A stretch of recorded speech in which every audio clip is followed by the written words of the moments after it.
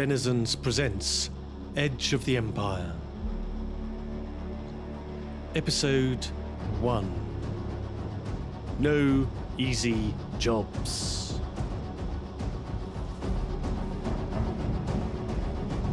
It is a time of rebellion. Imperial forces are reeling from the destruction of the Death Star. But at the edge of the Empire, the crew of the bastard MAGPIE are more interested in their next contract and the money it brings. Hired by the notorious PYKE syndicate to unmask a traitor, these denizens of the Outer Rim find themselves at the heart of the Empire, Coruscant itself, where, having stolen a data chip from criminal gang Black Sun, they attempt to make their escape.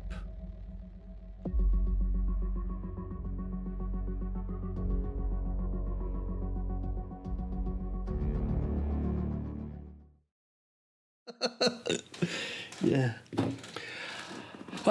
Well, welcome to Denizens, everyone. Who fancies playing a bit of Star Wars Edge of the Empire? That'd be rude not to, See since what we're all time it here. is. Yes, we would.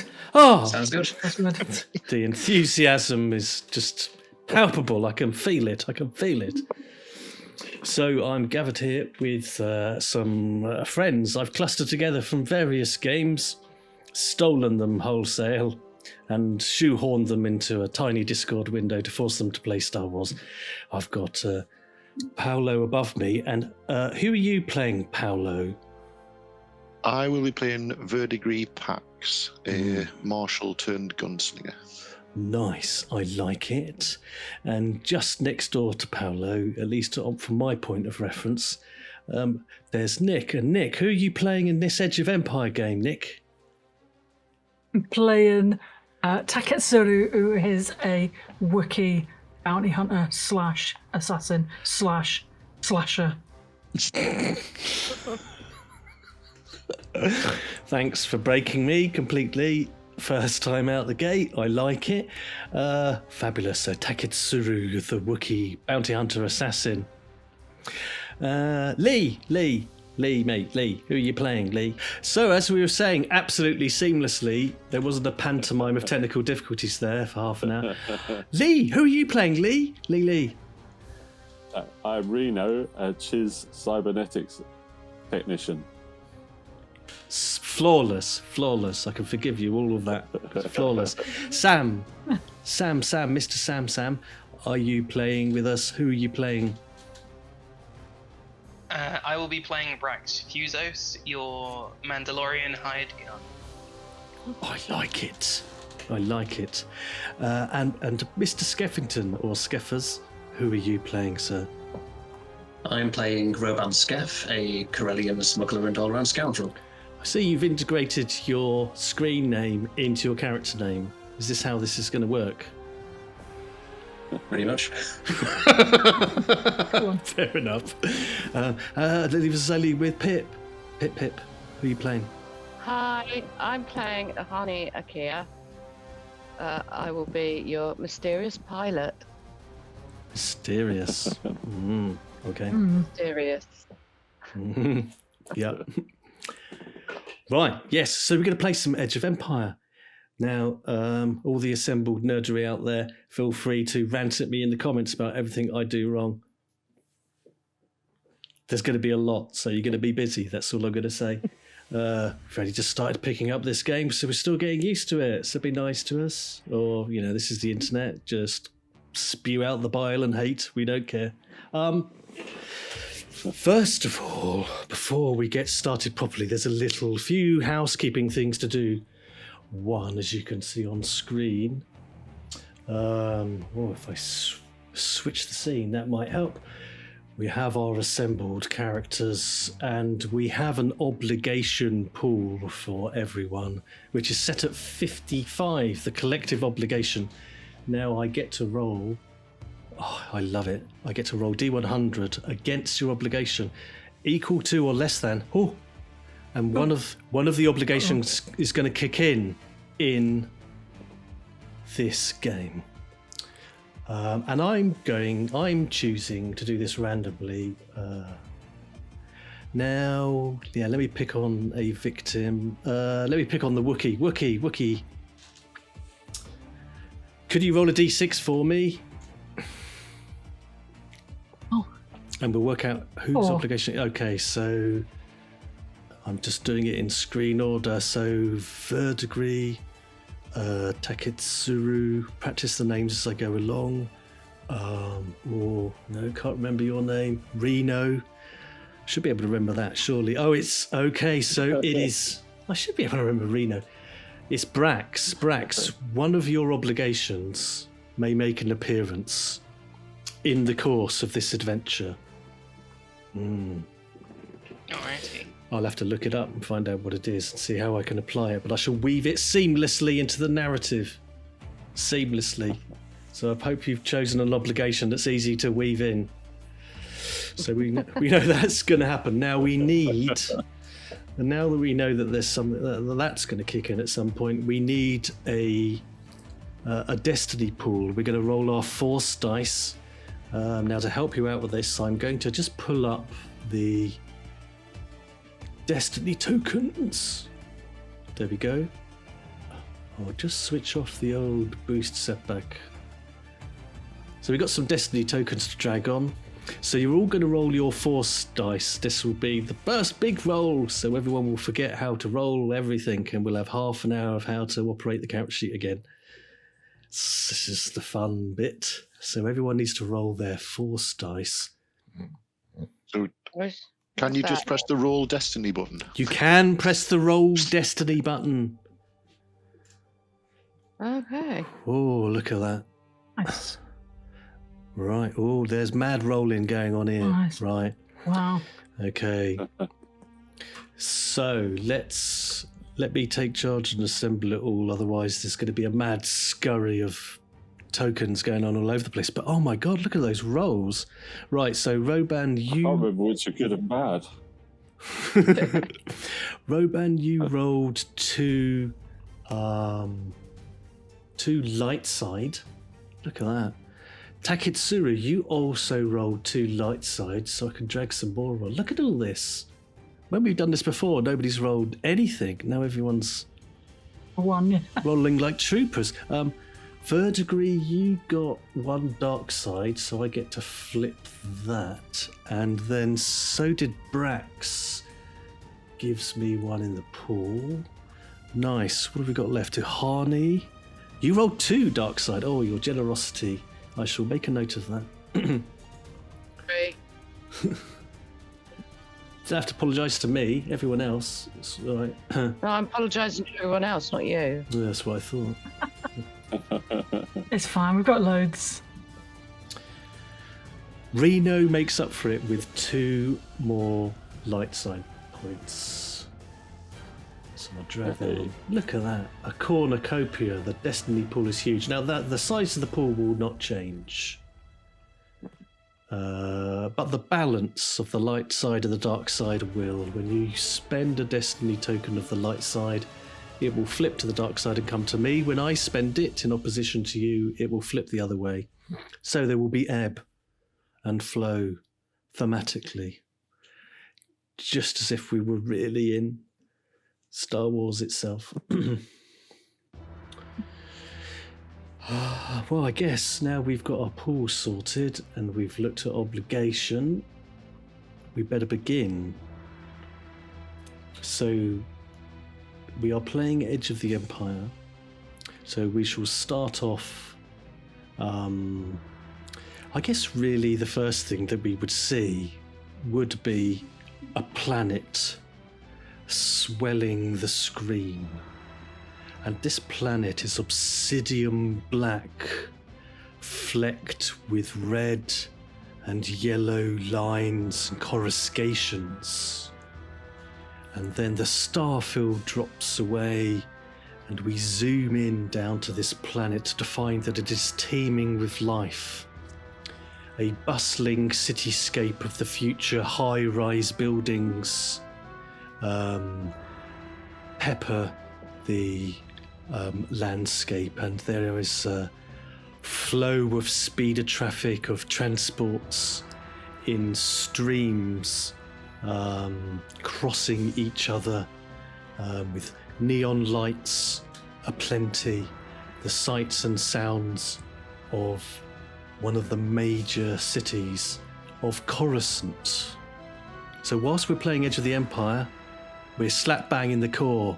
How's that for an ironic twist?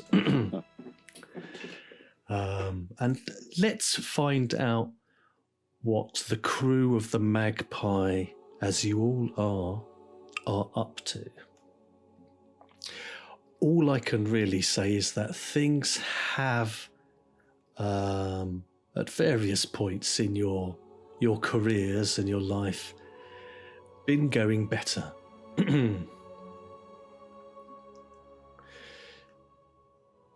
It is a dark time for the galaxy. The city of Coruscant, once the glittering pearl of the Republic, now languishes under the shadow of the Galactic Empire.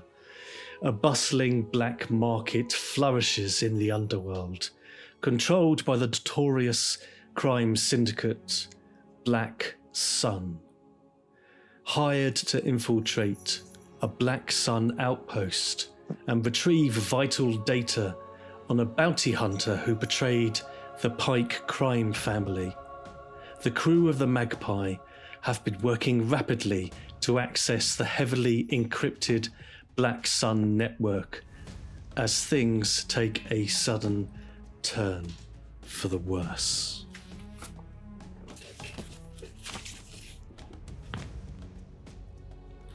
Klaxons I've got a are bad feeling about this. 0.1 second in, and we've already got that quote in. Nice work. I've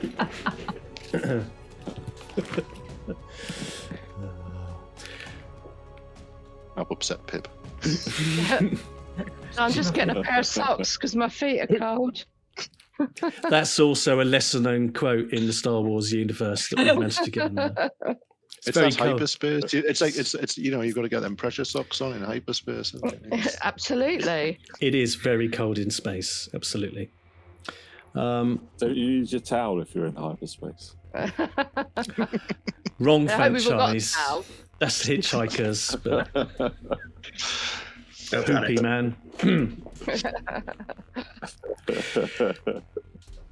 So, you have, in the midst of your mission, hired by the PYKE crime family to steal data from a Black Sun facility on the outskirts of the city of Coruscant, tripped an alarm. We have no need to point the finger at who tripped the alarm or whatever. It has just happened.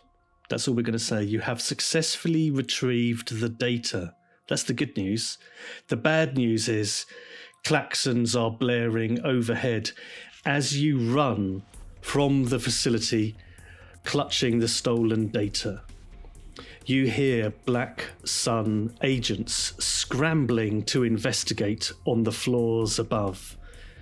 You exit the skyscraper onto a bustling landing platform where there is a large, almost van-sized land speeder sitting nearby. A blaster bolt whizzes crackling over your heads. The speeder is your escape route. As you jump inside, the droid that is in charge of the speeder turns and whirs to look at you. "State your destination, please," it says, as you pile in.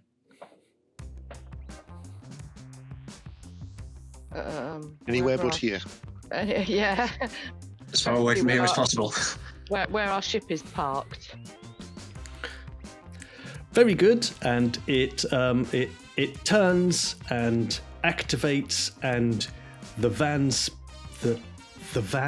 that you have, the sort of van speeder, if you will, slowly takes off and makes a leisurely droid-assisted exit. Meanwhile, having jumped inside and commanded the droid to take off, Black Sun thugs aren't that easy to shake off. And as you peer out, one of you peers out the rear view window, you see that they are running towards speeder bikes and hopping on them, getting ready to pursuit.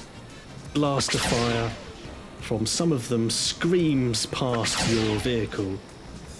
The droid robot who's driving does no evasive maneuvers whatsoever. He's just taking a leisurely takeoff. He's a taxi driver. He's not a getaway droid. And the likelihood is high that if you don't take over from the piloting droid, you're going to be scrap metal in the next 100 yards or so. Can I just push him out of his seat and take over? You can slip into the seat next to him, and you would need to gain control of this van speeder. I'm going to need you to make an average 2 difficulty piloting planetary check, please. So build your dice pool. Oh, can we assist and stuff? Can I rip the other droid out of his seat? Fling like the, Is that assisting? fling him out of the back. Yes. That would work. That could work. Okay, so if you're doing an assist... Difficulty was the black one, wasn't it? Difficulty of the purple the purple dice. Yeah, and you need to set that to 2. 2, okay. And then your piloting planetary, you can just roll. I'll roll it as it is. Yeah, And now. I've done the other dice. Yeah, now, if you're helping TAKETSURU, then if it was an assisted skill, if you're doing skilled assistance, then that would mean that you would have a better planetary piloting than names are hard, UHANE. But if it's unskilled assistance, then you're just giving a boost dice. Yeah, I'm not trying to pilot because my skill isn't better than Annie's because she's the pilot. Yes, so But I'm assisting by at least grappling hold of the useless droid pilot. and wrenching him out of his seat. Yes, so Yeah. you do indeed. You get a blue. You get a boost dice. Let me chuck one over to you so we remember that you've got it. But you can pop that into your pool. Right, and then so I've got 2 purple, 1 blue, Mm-hmm. and then I roll my pilot. Yeah. Planetary pilot. Yeah, first roll of the entire season, and then we're going to lie down. Right, you ready? Yeah. Yeah, Come go on. on. Go. Yay, I got Nice. a thing and I got an advantage too. You did, yes.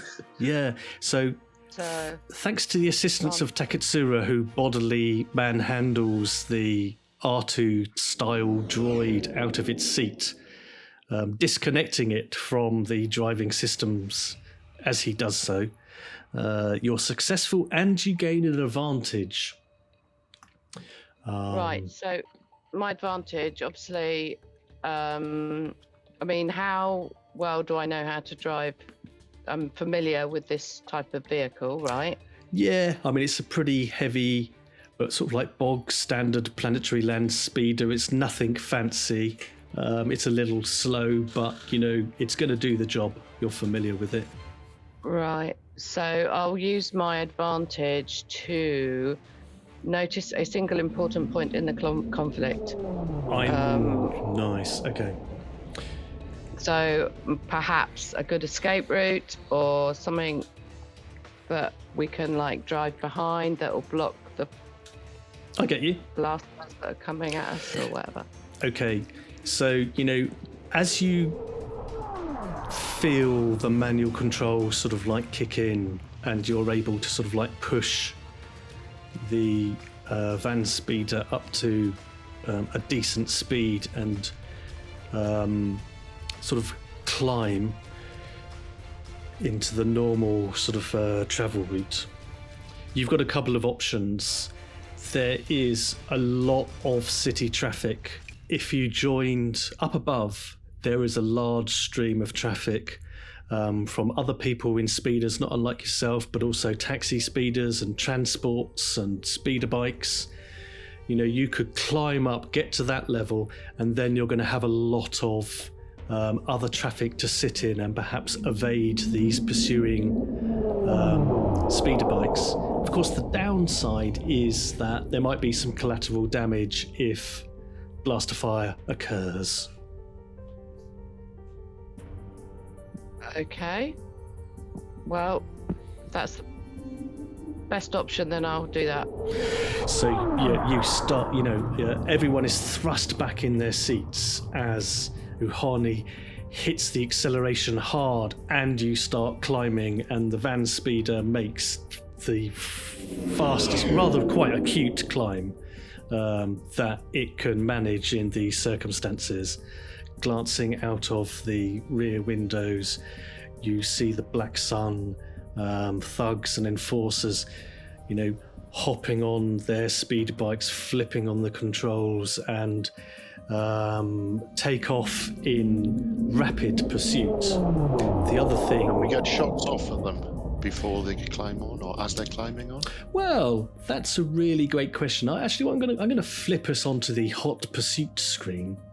We're going to roll initiative, and we're going to see what we can do. So I'm just going to grab those tokens and switch us. Would that be cool or vigilance for the roll? It's not unprepared. It's going to be vigilance. So that's a great question. Yeah. Vigilance. Vigilance. Okay. Any modifiers? No, just straight. Yeah. Phil, sorry, where is the It's under button? combat on your... Right, okay, thanks. Oh, yeah. Lovely. So we're unprepared. Oh, you said, yeah, you mean cool, right? Oh. Not vigilance. Yes, you're absolutely right. Quick, edit all that out. Re-roll and do it as cool. Cool. Oh, okay. Normal then. My mistake. I had a 50% chance of getting it right, and I rolled 100. Right. I had the same. I've rolled the same anyway. Murphy's Law. Oh.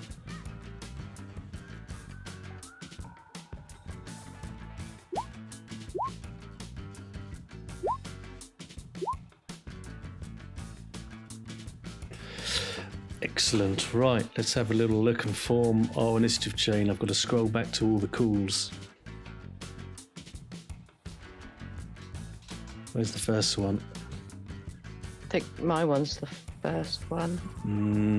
No, I don't think so. Verdigris rolled a cool and ROBAN rolled a cool Oh, yeah. first. So we got two. Right, so we got two. Oh, this is how we translate this. Maybe sometime. Bear with. I'll pause the video and we'll come back to when we fixed it. So. Oof. Grab a drink. Yeah, grab a drink. Yeah, take us some time to figure this out. So ROBAN got 2 successes. Maybe you should roll your ones in advance. I think I got that right, but I'll have a plethora of people telling me how I got it wrong. In future, I think I shall roll all the NPCs in advance and then know it all. Brilliant idea. But nevertheless, thanks to that suggestion from our technician, I can always rely on the Smurf to tell me how to do things. Chiss. Well, I am a superior race. You are a superior race. Yes, that's becoming. I'm really feeling that now. Superiority. It's triggering my inferiority complex. Well, I believe that, whether it's true or not. So as all of the Black Sun operatives are hopping on their speeder bikes as you make this climb, and they start off a medium distance away. Now, the other thing that you pick up is that these speeder bikes are considerably faster than your van speeder, and there's not much you can do about that. But some savvy driving and piloting and maybe some mechanics and engineering might help you outrun them. But if it was a straight speed race, you're doomed. They will definitely outtake you. So every turn, if they are successful in their planetary piloting check, they will gain a range band on you unless you can really keep ahead of them, because they get an extra success each time. We're going to do the opposed racing check between your pilot, and that's UHANE, and the Black Sun operatives, and then you're going to take your turns as the race continues. So we're going to get relative distances. Well, I ripped the pilot guy out, so I was doing that. I'm just like. Yeah, I'm busy too. I was thinking I would think that I would have been covering if they were coming out. I will allow covering. Before the turn begins and we get into the race. A couple of the characters who could reasonably be at the back and could get a sort of line of sight to get a shot of as a freebie. How does that sound? So we definitely got the marshal at the back. Who else thinks they would be sort of hanging out of windows or at the back of the speeder trying to get a shot off? Who does it sound ROBAN like? I would as well, yeah. Not you, Sister Technician. You're far too superior to do any of that. I'll be hiding in the middle somewhere. All right, then. So you've got 6 Black Sun operatives on speeders to shoot at. They're at medium range right now. So let's take Verdigris first, and then we'll move on to the others as you get your shots off. It's medium range. So okay, well, my what are you weapon shooting? has long range, so I don't know if that means anything. So that's the maximum effective range that you can shoot at. Because they're at medium range, I believe that makes this... Let me pull up my ranged action. Yeah, it's going to be medium range, so it's well within range for you because you can shoot up to long range effectively. It's going to be 2 difficulty dice, so you want 2 purples in there. 2 purples. All right, and I've got the quick strike talent, which means I can add 1 boost die to combat checks against targets that have not acted yet this encounter. So I don't know if that applies here or not. That applies here. You can have that boost dice. Also, because your pilot has made the decision to climb from low level to high level, and you're in a relatively clear area of Coruscant City space, you get another boost die from that. That's 2B. I'm just putting in the mod, so it's 2B is just a space that I need to put in when I'm typing. Skeff, you've done this one. Yeah, it's just space. And 2P is the difficulty. Yep. Yeah. So 2B and 2P. Yep. And then click the little button. Woo! Good shot. Nice. Now, were you targeting the bike or the man on the bike? We ought to have specified beforehand, but I'll accept. Yeah, sorry. I would target I'll target the bike because I'm thinking if I can disable the bike, then they can't chase us. Fab. I know I'm doing this wrong already because I didn't prepare for you hitting the vessels. I was only thinking about hitting people, so I didn't read all that stuff. So, but I mean, one of the problems that you have is that when you're shooting a hand weapon against a machine or a ship or anything like that, is you're better off of turbo lasers and decent sort of sizable bits of heavy guns. So your personal hand weapon is not going to do a massive amount of damage. 5 damage plus 3, 6, 7, 8, because there's a massive amount of relative armor on this speeder bike in comparison. It's got the piercing quality. I don't know if that... It does help, yep. And then what were you going to do with that advantage? Actually, I think I'm going to disable his... maybe hit one of the mechanisms that help with his steering. You know, the speeder bikes have got those, like the flap things on, haven't they? So maybe I think I'll have targeted that. So it's not going to go where he wants it to go for a few rounds at least. Yeah. So as this Black Sun thug, he's just leapt onto his speeder bike and is just starting to pick up speed. You squeeze off and get a superbly sort of like aimed shot, showering sort of like sparks and sort of like smoke and sort of like electrical special effects are going off. Smoke is starting to pour out the front of the vehicle. It's still moving, but you can see he's wrestling with the controls, and he isn't gaining the kind of ascent that the rest of the speeder bikes around him are doing. He's effectively going to be sort of disabled for a turn because of that advantage you've played. Nicely done. Who's next to shoot? I think ROBAN might have probably pulled off a shot as well. Okay, are you shooting the guy on the bike or the bike? I'm going to shoot the guy on the bike. Okie dokie. Thank you for that. I know the rules for that. So I'm an ex-marshal. I can't go for killing people. Fair enough. Yeah. It's all right. Well, yeah, they're Black Sun operatives. Mm-hmm.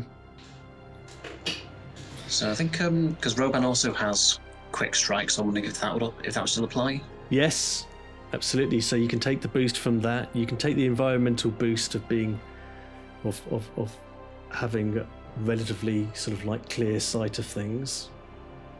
Okay, so that's 2P, 2B. Nice. I'm just going to import over all those Destiny dice as well. I mustn't forget them.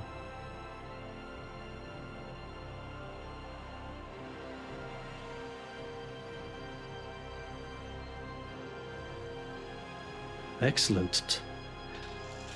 How did you get on with your shot? Whew. 2 successes and 4 advantage. Okay, yeah. So you're not doing a massive amount of physical damage when he's hitting the bike, but when you hit him, he certainly knows about it, this guy. I'm just going to put a marker on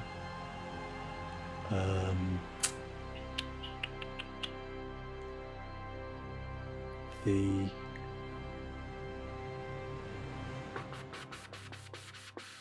what shall I use? Let's use. I need. Bear with.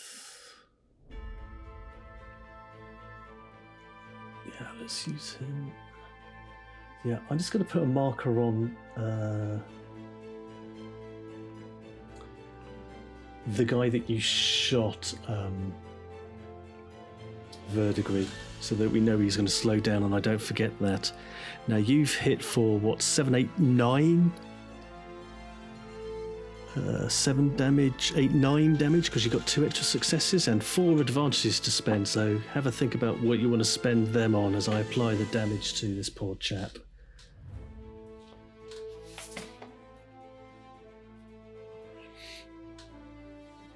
Take off the soak. Ooh, he is reeling from that damage. I think with the heavy blaster, I need to spend at least 3 advantages to get a critical injury, so I'll probably do that. Yep, you've got a critical range with a heavy blaster of 3, so you can spend 3 for a critical injury. So if you want to roll D100, let's have our first critical injury of the game. As your bolt tears through his upper chest. 100? Holy. Oh my god. 100. Jokingly. So 100 at the brink. The target suffers 1 strain each time he performs an action. Oh my word. So he's so badly injured. Every time he attempts to do anything, he's going to incur a strain, which being an NPC means a wound. So he's in a really bad way. You know, he's sort of like holding onto his speeder bike as it's launching up, but he's barely hanging off the thing, barely able to keep sort of like control. So I need a little marker for that sort of like status effect, otherwise I'm going to forget that. So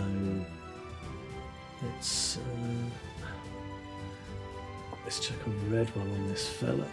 Give him a red marker so I can remember that critical injury. Nice one, nicely done. How about Brax? You're going to squeeze a shot off? Yeah, I'm going to give it a shot. Give it a go. So you got a boost dice from the environment. It's a difficulty dice 2. Anything else you can leverage? Don't know if you've got a talent. Not at the moment, no. Right. Don't forget to shut your eyes as you shoot. Okay.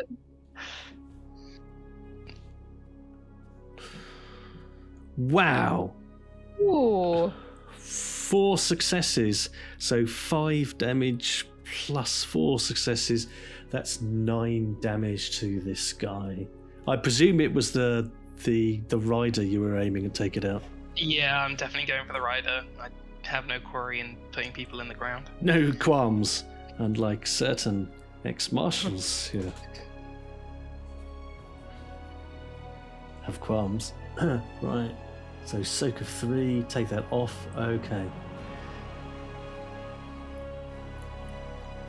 So your light blaster bolt punches a neat hole square in the chest of this individual, does enough raw damage to kill him outright, and the speeder bike goes spiraling off, smashing into a nearby building, causing some local damage, fires sort of like erupting. People who were walking the streets close to that landing pad are running for cover with all these shots and that smashed up speeder bike. Taking him out of the equation. Nicely done.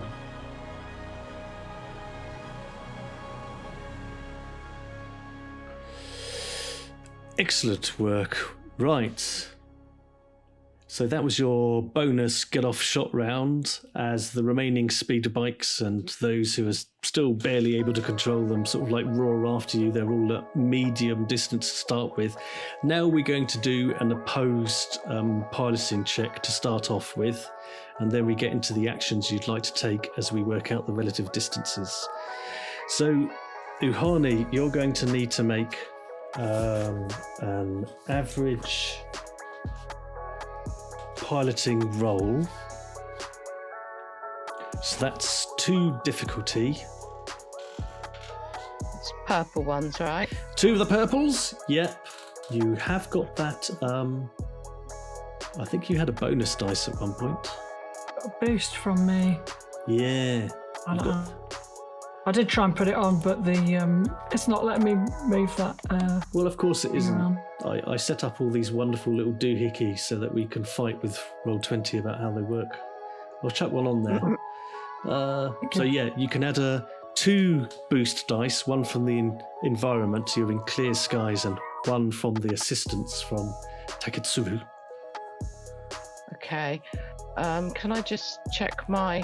I know I've got like these pilot skills somewhere. Ooh. be in character info. Okay, no. Where was it? I think it's in your combat page down at the bottom. Yeah. Under all your weapons and stuff. Oh yeah, so I've got a full throttle action. It says make a 3 purple D. You're spending your action to do this, so when it comes to the round, you won't have an action available to do it because you're busy doing this all the time. And it's a D3 piloting test rather than a D2. We got there! Right. Yay. Hey, Everyone will tell me it's still wrong. record. I'm going to put spend an action to activate.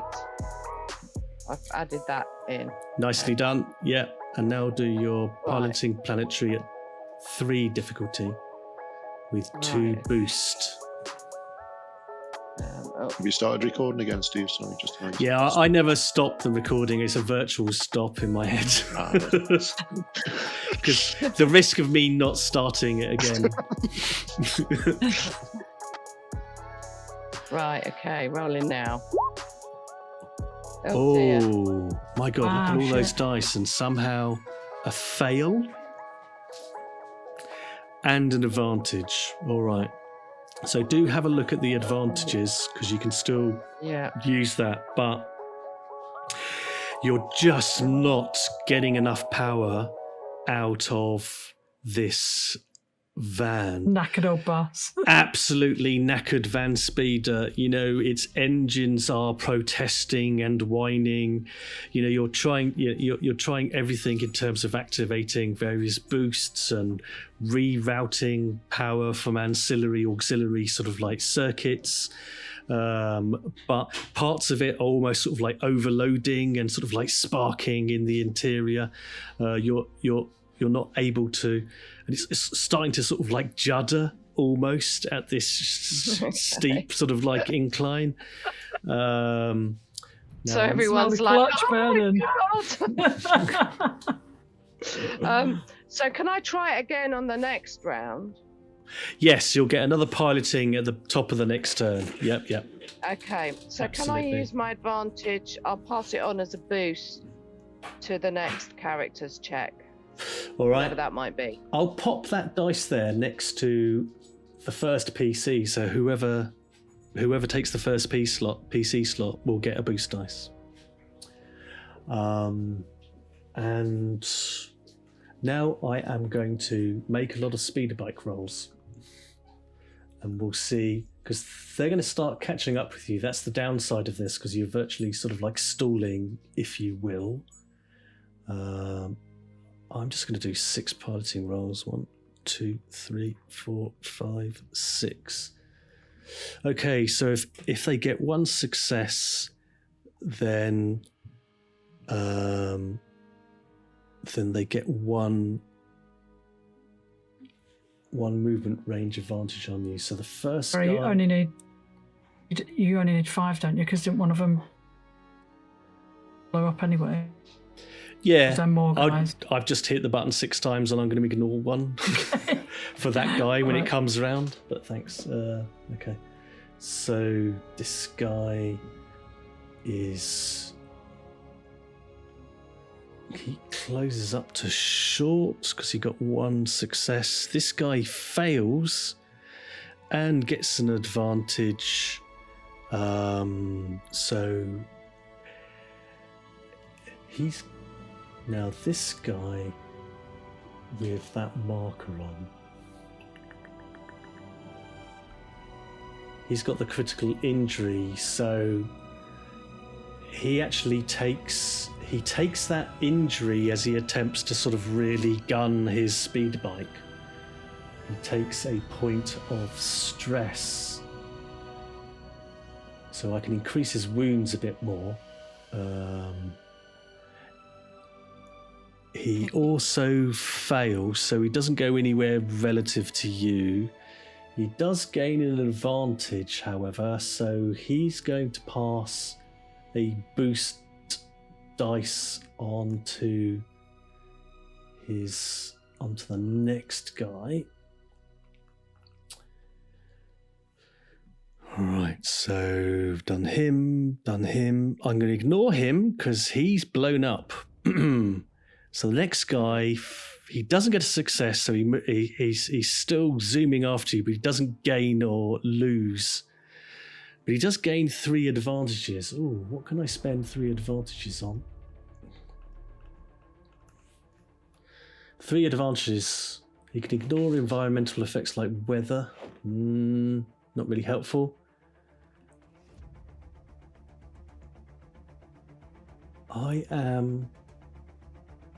I'm going to get him to spend 1 advantage to notice a single important point in the conflict. So he's paying close attention to the licensing registration on your vehicle. I'm sure that won't be an issue.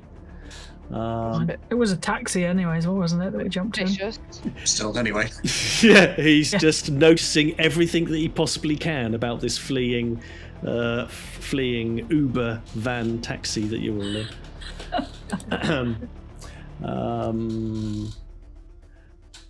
2 advantage would give him leftover. He's going to add a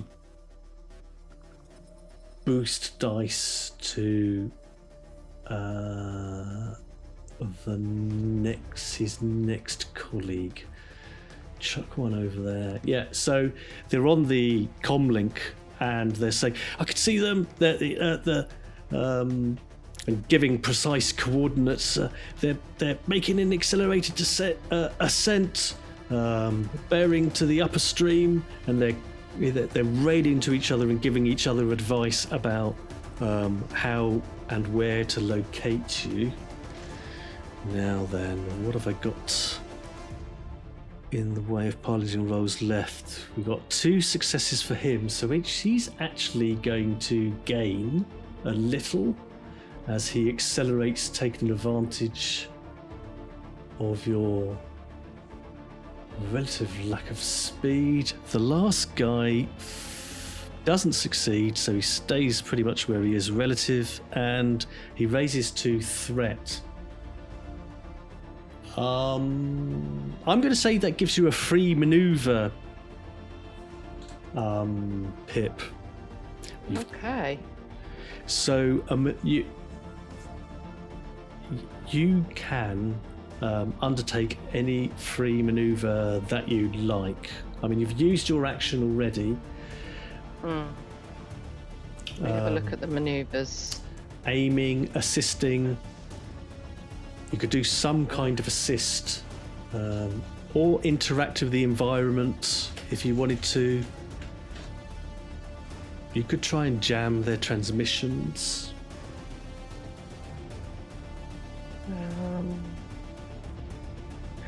Blah, blah, blah, blah. What about if it says moving a large item. Yeah. Can I chuck something in their path, or are they too far away? Like, as in, can I chuck the taxi driver? Try and push the taxi driver out of the window. Could it be like an aerial or something, like against a building that you just kind of nudge against and it swings down and hits you still want to pilot? Yeah, because you're piloting when you're moving. I'll tell you what you could do with a difficulty 2 piloting role. You might be able to, as sort of suggested by Verdigris there, clip one of these neon signs and either dislodge it or create a shower of electrical sparks and damage and debris that might get in the path of one of these speeders. Okay. So that's on difficulty 2. Difficulty 2, yeah. Now, with no boosts, or do I get 1 boost for? Got the environmental boost because it's pretty clear skies. There is a boost sat there for the first PC. But this is a bonus move. It's not in the first Okay. PC slot. You're getting this as a reaction almost. I thought I'd check. No, go on. You can try. Oh, you've always got to try, haven't you? Right, okay. I shall roll that then.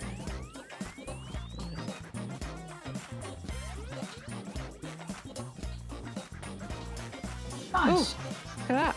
Wow, superb. 3 successes and 2 advantages.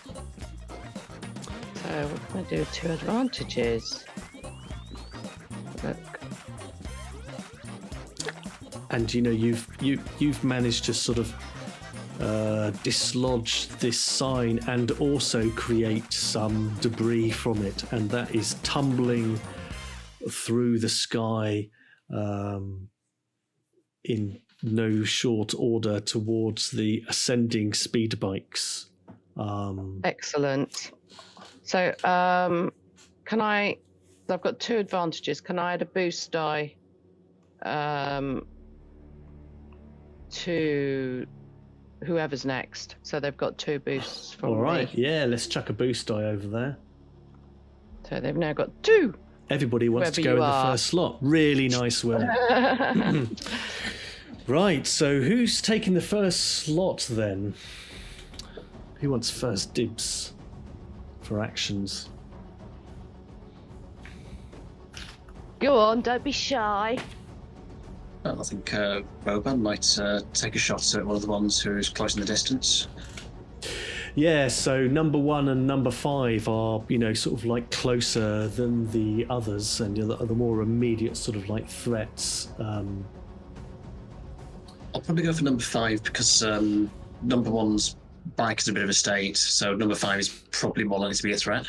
Yeah, he's really struggling to sort of like to control the direction he's sort of like going, if I remember correctly. So yeah, take on number 5. So he's at short range, so that's difficulty 1 rather than 2 because the range is a bit closer. Clear skies, you've got those bonus dice as well, so 3 boost from the looks of it. I think you're going to make mincemeat of him. I'm guessing the treat's just having acted now. Pardon? Would they be treated as having acted now? What do you mean? Is it because of the talents I have, the one I used earlier? Yeah, I think we're engaged, like we're kind of engaged in combat, and that's how I read it. That's With fine. our talent, where it's if it's anyone who hasn't acted this encounter. Oh yes, they are active Good, now good. because they've all done a manoeuvre. Yeah, sorry, I didn't quite catch you there. Oh, no worries. Okay. 1P, 2B. Here we go. Ooh, nice. You plug him for, what's that, 9 damage? And you've got a lot of advantages to spend there. I think you're going to get through his soak and maybe get a critical injury. I'm going to go for a critical injury, I think. Right, 7, 8, 9. Yeah, if you want to roll D100. 30, not quite the 100 that you rolled last time. I was kind of expecting.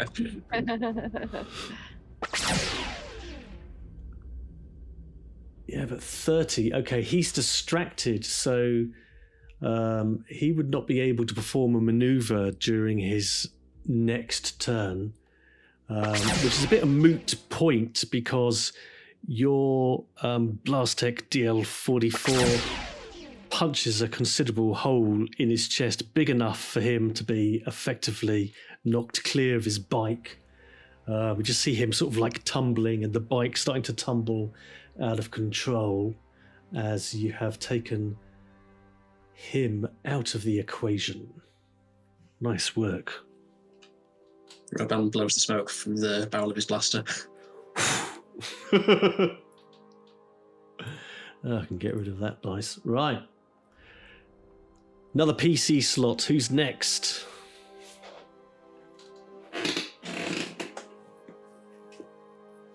I can.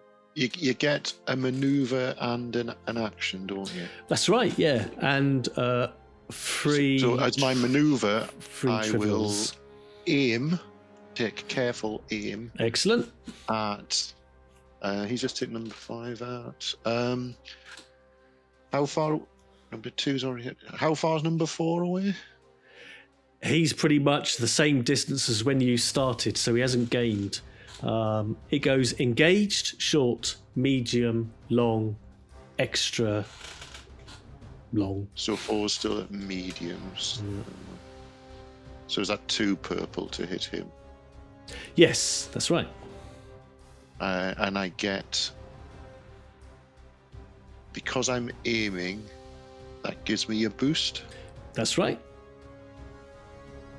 And because my laser pistol has the accurate got the extras quality. Does that give me an extra boost? Accurate. Oh yes, I can look up item qualities. I finished doing handout on this just early today, and I'm glad I did. Item qualities accurate. They're easier to wield. For each level of the trait, you get 1 boost die to your attack pool. So yes. So that's 2 boost for that. And the environmental boost gives you another one for 3. Oh, yes. Because you got clear skies. 2p and 3b is mine. Excellent. You let off a carefully aimed shot. And I'm aiming at the guy this time. We've killed somebody now, so we're going to go. If we get caught, we're going down for it. So fair enough. Oh wow. Okay, so you miss. You don't hit him somehow after all that, but you gain a shed load of advantages. So you can still spend advantages as long as they don't depend on hitting anything. Yeah.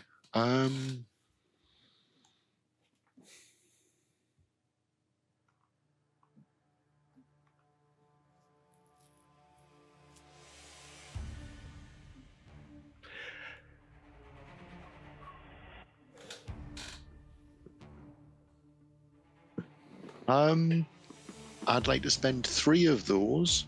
That in as the blast's been very close to him. It caused him to try, and his attempt to sort of dodge out the way on his bike. He's actually lost control of, and he's dropped the weapon he was holding. Let's have a little of that. So you're Force the target spending to drop a melee or ranged weapon they are wielding for 3. If you'll allow that. for 3 advantages.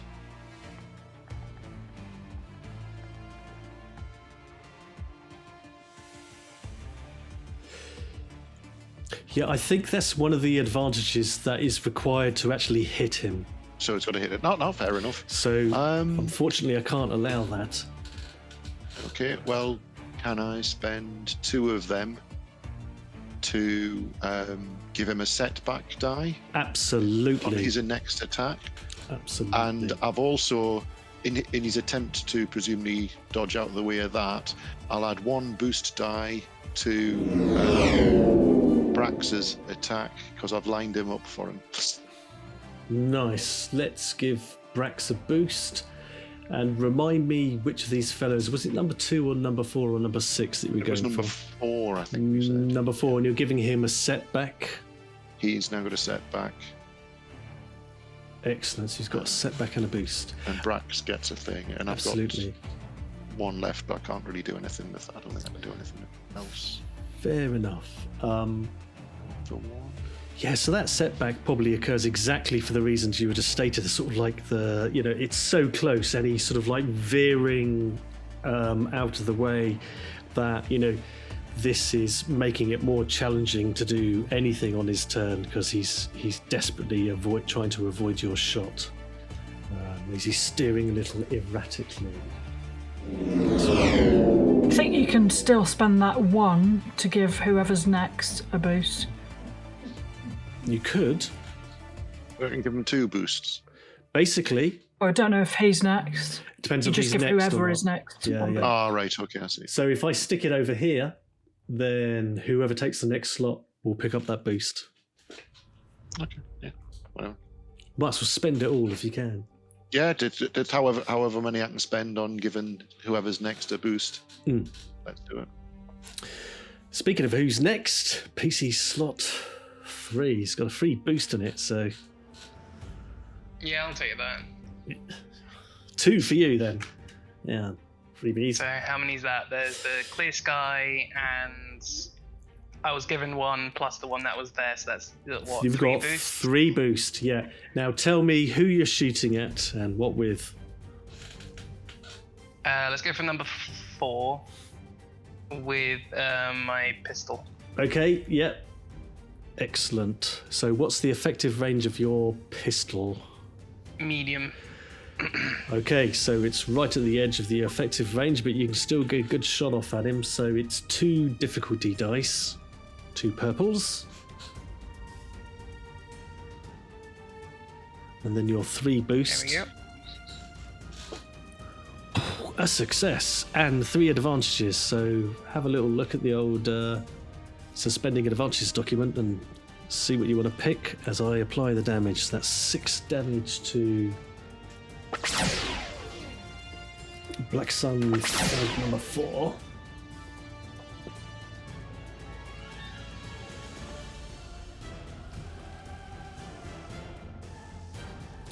Got enough to generate a critical injury because you have hurt him.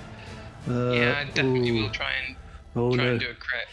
You can't, unfortunately. You need 4 for that light blaster pistol. You've only got 3.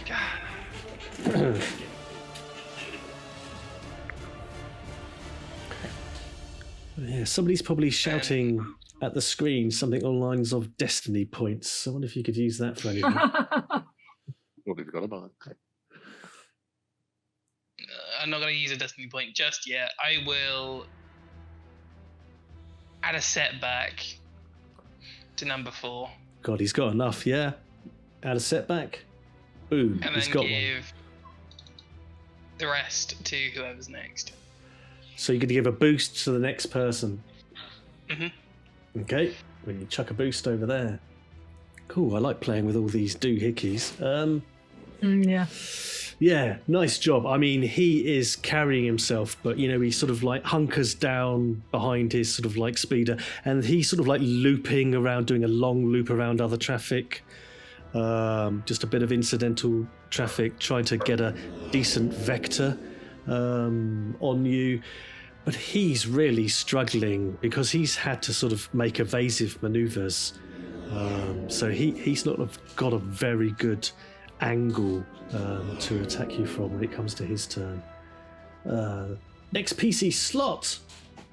Come on, who's up next? I haven't had a go yet. Who else hasn't had a go yet?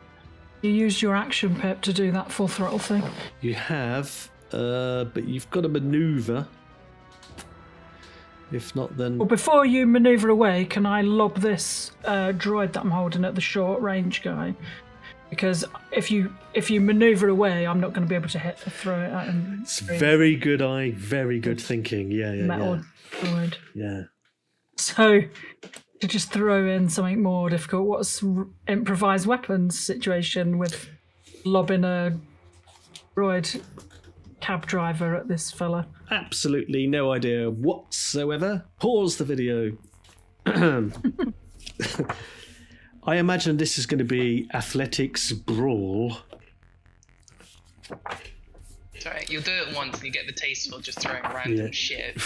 Yeah. We're going to classify it as... Bodies. It is a ranged attack. I think, you know... If it's a ranged attack, it's an easy one. That's why we're asking, because it seems like ranged attack as it... Well, a gun... But short range says, short range indicates a distance up to several meters, moving to another, blah, blah, blah. Many thrown weapons and small firearms are most accurate at this range, so maybe it does count as like... I think it's a short-ranged one. It's only because you are a hulking Wookiee and have massive brawn that I'm permitting you to treat the effective range of a thrown droid as short. Brilliant. Awesome. It does help that, you know, you're above them, so you've got that advantage. So really, you're just hurling it out and trying to do it as accurately as possible. So yeah, just aim it vaguely towards the guy, and the guy and the bike combined together. If it hits him, great. Yeah. So you've got 2 boost die, 1 granted to you and 1 from the environment. All right. And then 1 difficulty for One the short difficulty. range. Oh, we just lost someone on the old call. Oh, he's back. And then I'm not rolling a weapon because obviously I don't have droid corpse as a weapon. No, you don't. So do I just roll it as a skill then? Yeah, just do it as a skill check and I'll improvise the damage in a minute. Okay, so am I rolling it as what? Athletics or brawl? Yeah, brawl. Is it brawl? No, it's more of an athletics test Ranged. than a brawling test. Yeah. All right, I'm just going to hit the button and see what happens because I'm not sure about putting all those dots into the... Yeah, we'll check. We can figure it out. Yeah, you go. You got your 2 boost. With that? Yeet. Holy Hell moly. yeah. All right. Okay.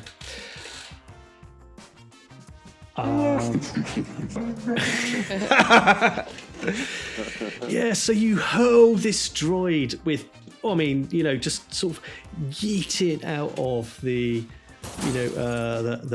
the side door of the van, sort of like maneuvering the door open and then sort of like yeeting it out. The droid protesting all the way, asking over and over, please state your preferred destination, as it hurls towards the speeder bike, climbing towards it. The guy's eyes widen as he tries to get out of the way.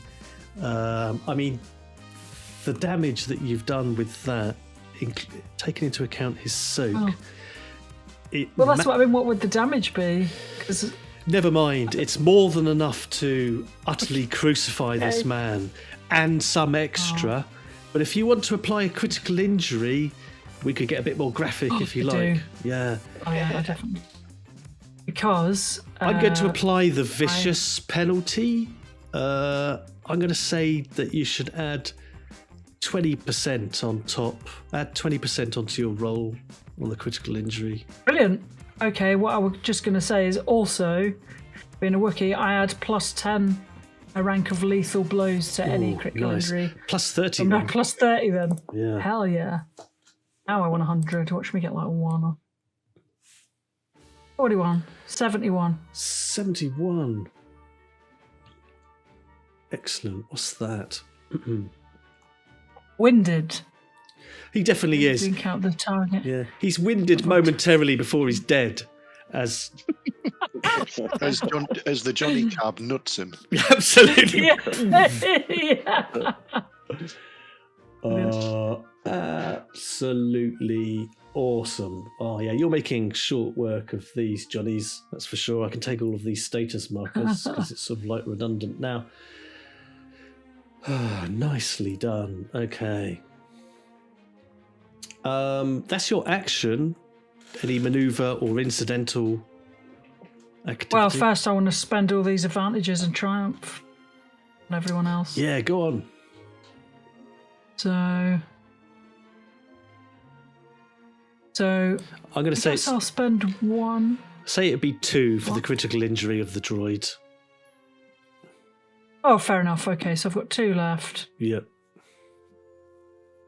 And you got triumph as well. God, I spent one of those yet. So, well, I'm assuming I can't do anything else to that guy now because he's dead. But can I do anything to the other guys? Can I say like the triumph to triumph? I can add 1 setback. So can I say that the guy that got hit by the Johnny Cab bumped into the next guy to give him a setback die? Yeah, so Like this number 2 guy? Yeah, the one who's sort of like closest, that, not only does the droid robot take the Black Sun rider off his bike, it tumbles on through, and the next speeder bike Black Sun rider has to make a evasive sort of like action. So we'll give him a setback dice courtesy because he's busy trying to avoid being crushed. Nice work. Okay, and then I've got 2 advantages left because that costs the triumph to do that. So I spend 1 to give whoever's next in the initiative a boost dice. Okay, I'll give them a boost. And then the last one, I guess I'll just spend to notice a single important point in the conflict while I'm nosying out the door, to see if I can, see like a better way out or whatever to point us towards or whatever. From where you're sort of like positioned, sort of like looking up, you can see that heavy flow of traffic. Does look ideal. There's some slow transports that you could, weave in and out of. Looking around, you can't see a better option than that from your position at the moment. But you do notice as you then sort of like glance down back at the landing pad that there are a small team of Black Sun operatives carrying what looks suspiciously like between them, a sort of portable turbo laser cannon that they are starting to erect on the landing pad, which is a bit of a worry. Okay. I bellow that out and hope that somebody understands what I'm on about. That doesn't sound good. Laser cannon, where? Oh, I love it. Okay. Right, so we have a PC slot up with a free boost in it. Can I is I haven't speaking had is a free, go isn't yet. it? Can I was going to say, Reno, can you jam their comms? Yeah, Reno. Can I jam their comms, or can I boost the ship in some way? I've got a maneuver which I want to use to, if I can, as an assist to whoever's after me. But I don't Well, know okay, if so that- it's your choice as to who takes Okay. this slot. So for your go, Pip, because you're using your action for all this piloting biz, when it comes to your turn in the PC slot, you're only going to have a maneuver. So it's up to you as Yeah, to that's whether what I'm- you take this slot now, you Well, could, that's what I'm saying. As or whether for my Reno does. Well, for my, because one option in maneuver is assist, so and that means giving a boost die to the next, to whoever's next. Yeah, you could do that. If that's what I'm saying. So if I went before Reno, then I could give him a boost if that works narratively. The thing is, in that slot, he's already got a boost. We could have two boosts. No, because you'd be taking the slot to do the maneuver. If you see what Oh, I I mean. see what you mean. Yeah. Right. Okay. But so it's up to you between you which you decide to do. It's your tactical Well, decision. it does. In that case, it won't make any difference. So he might as well just go. And then probably on your turn, you might want to do your maneuver to try and get some even more extra speed out of your vessel. We could look at what you fancy doing. Looks like it's your go, Reno. Are you going to try and jam their comms or get some extra speed out of this vehicle? Either you could try and do. Well, I can jam their comms from here. Yes, you certainly can. I think you want to do a computer skill roll. Or would you prefer me to speed it up, Pip? Or attempt to? Speed up the. Yeah. If you jam the comms, they can't get reinforcements and tell people where we're going. Yeah, I think jam the comms. Okay, I'll give that a go. So you're going to make a computer skill test. I think that's intellect is the characteristic that goes with it.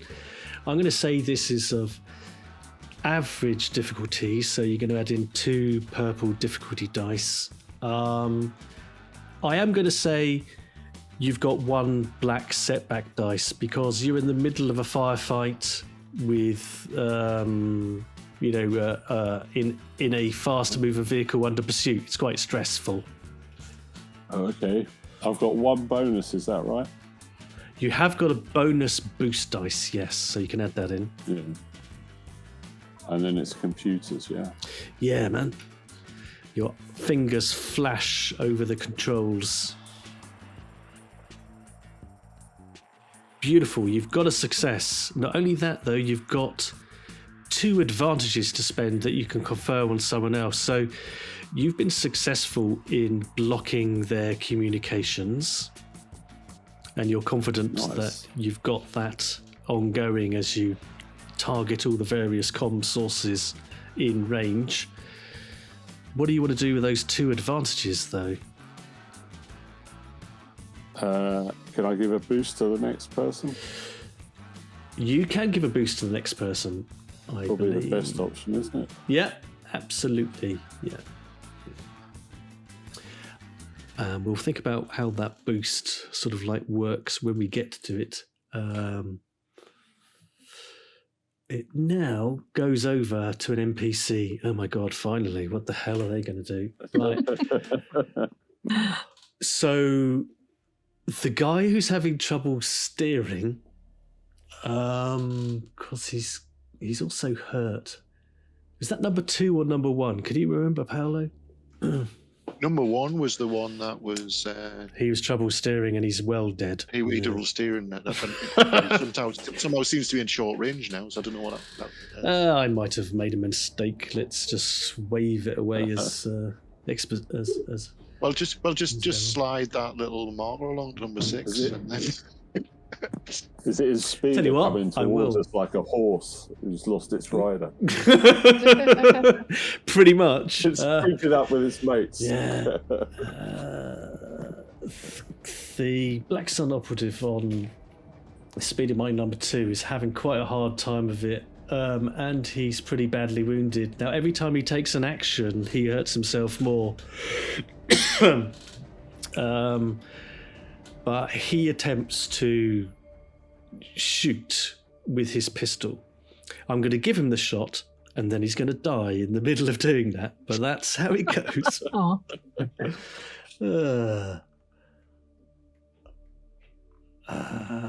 Right. Come on, Mr. Black Sun Thug. Right, he is going to shoot. Who's at the back of the vehicle? He's going to shoot back at the marshal, because I think you're back there. You've been laying down fire, right? Is that fair, Verdigris? You're the boss. Okie dokie. I'll take that as a reluctant yes. you could random it, because aren't we all like throwing stuff out and shooting them? I'm Random not. to see who here. I might, Oh, man. I'm not busy me. trying to. Not you. Oh yeah, you're not. And Reno's not. Reno's heading away somewhere. I've kind of gone with what I think is a salient target. Sure. He's been laying down some brutal fire on this on the opponent. So, okay, so it's medium range, difficulty 2. He's got a setback dice. Just to make things a bit more complicated, so give him that. And now he's going to get a shot off.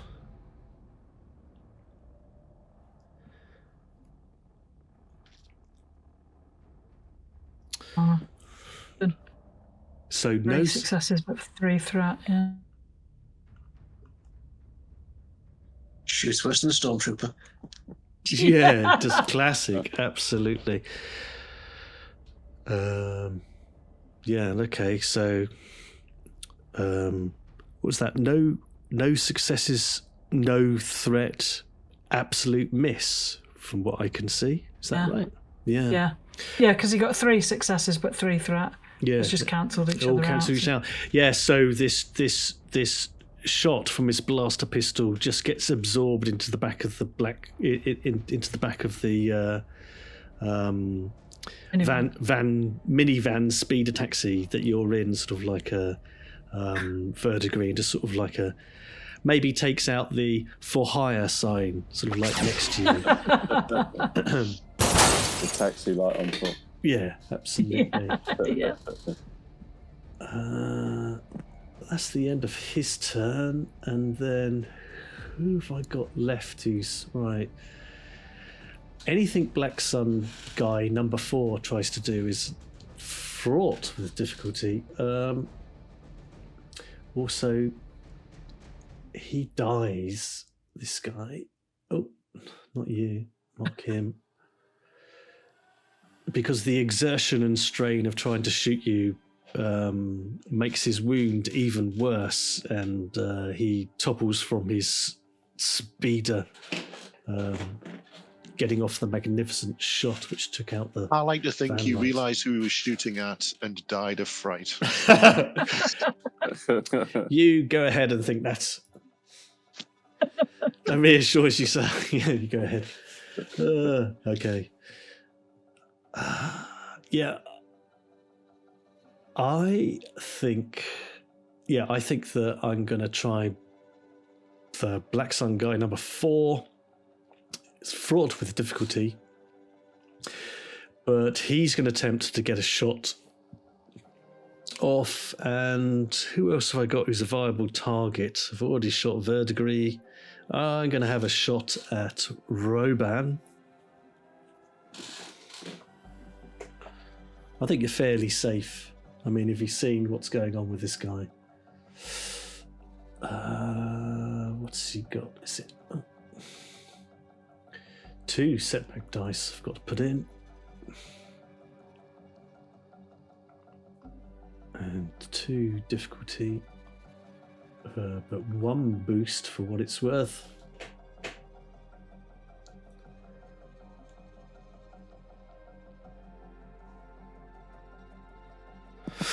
Okay, he fails utterly. His shot goes wide, but somehow he gets 3 advantages. So his shot shatters the windscreen very close to you, Roban, showering you with tiny fragments of synthy perspex, whatever the appropriate transparent aluminum type alloy that is used in the glass of this van speeder. Gives you a setback dice.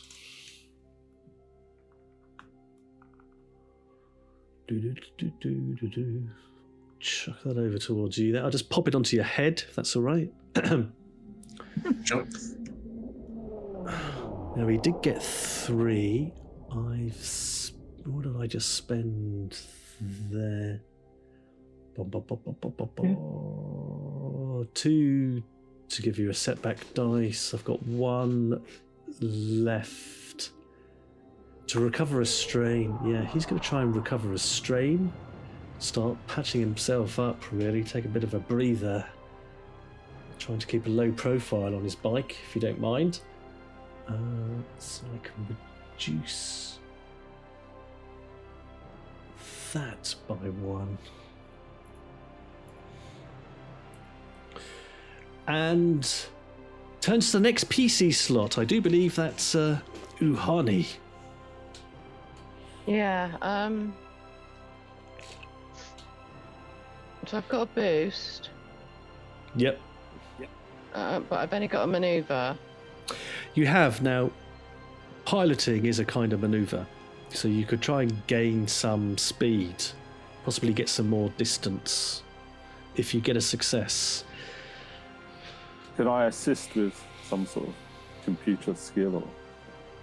Well, you did give a boost. So, maybe as you're doing all the jamming, that boost die is represented by you assisting in a as UHANE makes a maneuver, but it's entirely up to you. What do you want to do, Pip? So, well, are you saying I can have another go at that? Was it full throttle? Yeah, you could do full throttle if you... No, that's an action you have to spend, but I'm saying that you can do a regular piloting roll. You can't quite go full throttle, but it'll be difficult to. Yeah. And you might be able to, if you're successful, get a bit more distance on all these folk. Okay. So I've got 2 boosts then, 1 for the environment and 1 that I got off... From the assistance of... RENO. RENO. Yeah. Okay. Maybe he's flipping a few ancillary switches and diverting some power. Right, okay. So...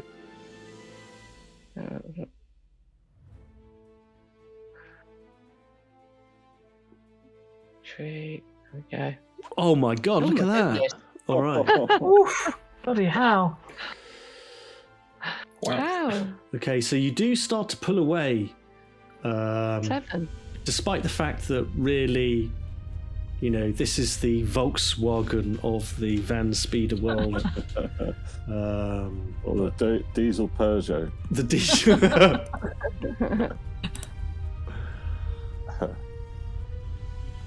Yeah, but you are starting to gain some distance from those who are still in pursuit. Not quite at extreme, but I'm going to say once you get to extreme, really, they're really starting to lose interest in this race. But you've put some good distance. Well, I'm looking at all these advantages. What are you going to do with them all? Are we at? Is she got us up to the level where the traffic is, so she could the advantages get us into the traffic and shield us from, or put traffic between us and the laser? Yeah, let's have a look at what advantages can do, but that's certainly something you might be able to leverage. Well, a lot of these are to do with combat because it's using them in combat. Oh, yes. So the enemy doesn't have any defensive bonuses, do they?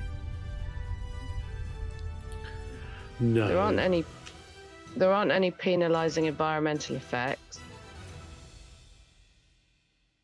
I'm not dealing any damage. I'm not using melee or ranged defense. I've got to force the target to drop a melee or ranged weapon they are wielding. That's using 3. Yeah, you can't force the target to drop a weapon without actually hitting them. We established that earlier. I might be better off using 2 advantages, so I can add a setback die to the targeted character's next check. Yep. Or I can add a boost die. Yep. To the next allied character check, because I've got 7 there.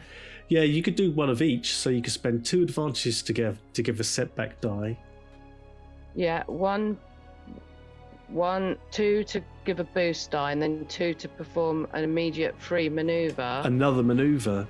You could go even further. Yeah. Yeah. And then I've still got 1 left, which now the boost die, add 1 boost die to any allied character's check, including the active character. So I could give myself a boost die to perform another maneuver. You can? Yeah, so that's used 4. And then I can use another 2 to do a setback die to one of the PCs. And then I've got one of the one NPCs, left. you mean? Which one did you want? Yeah, that's what I meant. Let's do them as we go along, because I'm starting to lose track of all these bloody dice now. So I've given you a boost dice. Who do you want to give a setback dice to? Number 4. Yeah, he's at long range, but he's got a setback dice now. We'll work out how that works in a minute. And then I'll give then I've got 1 boost left, but it's got to be the next PC. Okay, so Just be in the first slot. I'll put it in the first slot. You know, and I think probably get rid of the. Now it just looks like there's a million. Get rid of the what? Sorry. The old ones, because whoever's in that first slot only gets 1, don't they? They don't get 3. It's only got 1 there. Sorry, I'm a bit confused. It's showing 3 on it on my screen. Yeah, I can see 3 as well. Well, none of them. If there are 3 there, I can't see them on my screen. Could you get rid of them for me? Just delete them. I can't delete them. I've tried. No. You know, that's what I said. I can't control them. I can move them a bit, but I can't delete them. So, like this guy looks like he's got 3 setback dice and a boost dice still. Before. Okay, right. Let me refresh my screen. and see if I can do it because I'll refresh It's mine. fine as on well. my screen. Strange. yeah, try refreshing yours because mine is fine. This might be Alright, I'll do might that. be a beta issue because Yeah, bit of glitch. All right, I'm going to refresh It mine. is. Oh, 20. Unbelievably, mine seems to be fine. don't touch What? yours. It's another glitch. Yeah. Okay. Now it looks lovely and clean, and that everyone isn't covered in dice. Yeah, I was trying to keep them accurate. Skeff, have you still got that setback dice hovering over you? Yes. Okay, just want to make. I don't want to rub it out by accident. Okay. So you've given yourself a boost. You're going to perform another maneuver. Is that right? You're going to. And I think how those boosts work is that as you're piloting the van speeder, the taxi van speeder, you're making the most of any incidental traffic as you pull into the slow-moving transports.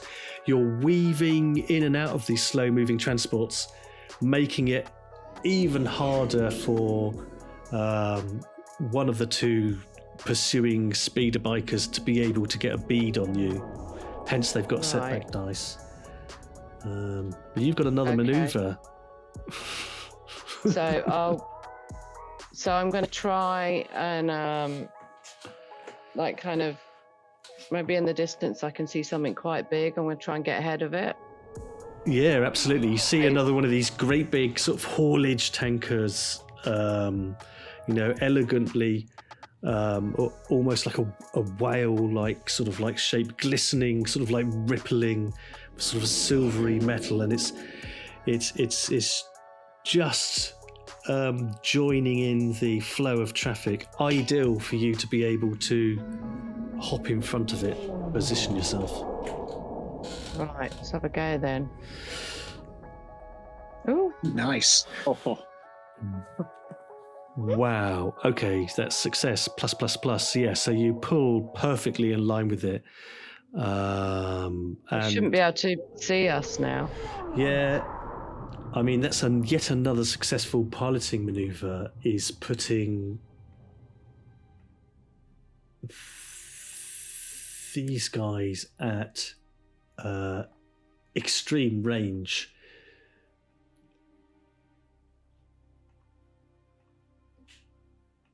You've taken out the other three speeder bikes, just sort of trailing away and sort of smashing into various street scenes in Coruscant. It's raining speeder bikes and Black Sun thug operatives, causing the sort of like pedestrians down on the streets to sort of like scatter.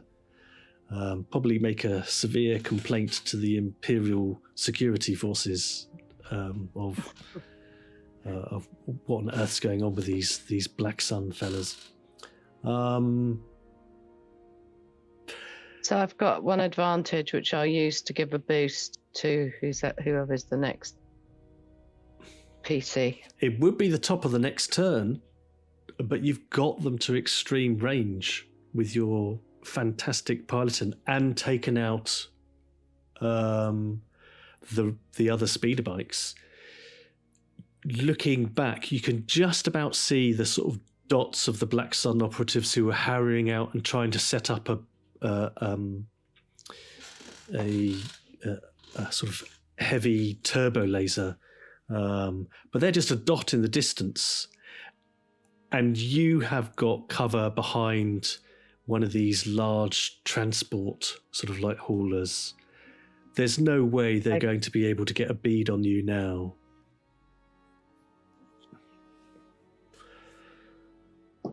So we're out of initiative. So we've beaten them. You have. So we'll just Sorry. hot foot it to our spaceship. Absolutely. Having successfully managed to extract yourself from this Black Sun outpost on the outskirts of Coruscant, you set course for where you have the MAGPIE currently installed. It is currently in a garage owned by a man named Chopper. So you set course, zipping, taking your time really, taking advantage of this slow-moving transport to get an optimal vector where you can just peel off and keep the Black Tower outpost out of, well out of range and out of sight, and just sort of like peel off and set a course for Chopper's garage. I think at this point, before we transition to the next scene, might be a good time for a brief break, and then we'll have a chat to Chopper. Okay. So you have been able to escape from the Black Sun outpost, where you have extracted, hopefully, the data that the PYKE crime family needs to establish who it is that has been causing their organisation so much difficulty. You are setting course and flying back to Chopper's garage. He is the man, well, not a man actually. Chopper is a basilisk. So a basilisk, if you remember, are those sort of lizardy type guys with 4 arms. So the ideal the ideal alien species that you want in charge of a garage. He has got the MAGPIE. Effectively, he's doing a full service of it for you. A few light repairs, some upgrades, getting it all shipshape. He also is more than aware of this mission that you have undertaken for the PYKE crime family. He uses his garage. It's a proper business, but it's also a cover that he uses to operate and run missions for the crime syndicate as well. So he's expecting you back, and he's expecting you back hopefully with this important cargo of data. So let's head over to Chopper's garage.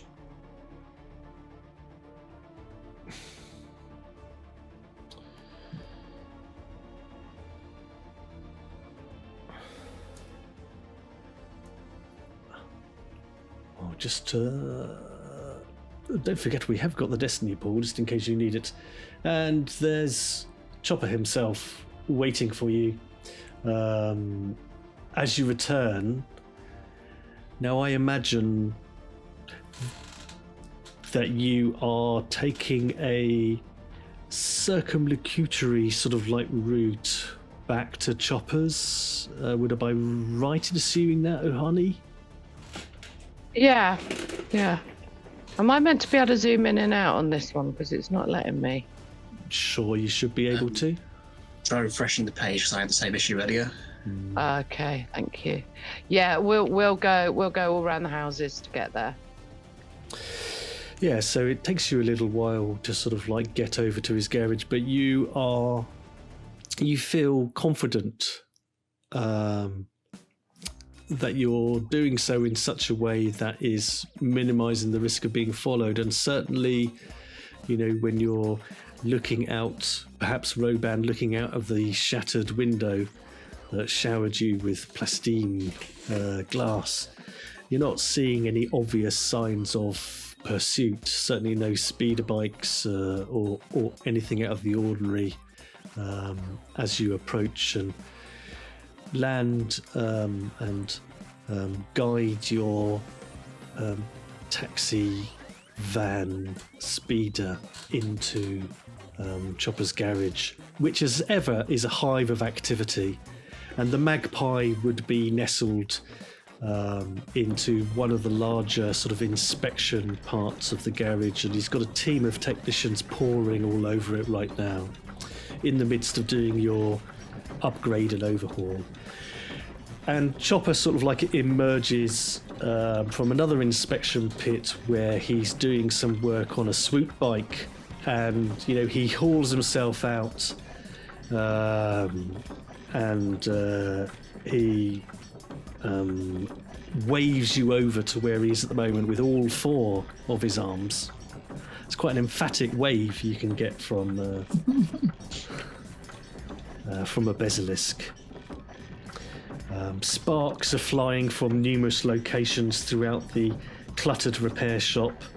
There are piles of speeder parts, half-built droids, strange-looking contraptions stacked to the ceiling. There are groups of Ugnaughts welding and working away on a disassembled airspeeder, and on your the MAGPIE itself, which of course is an Imperial.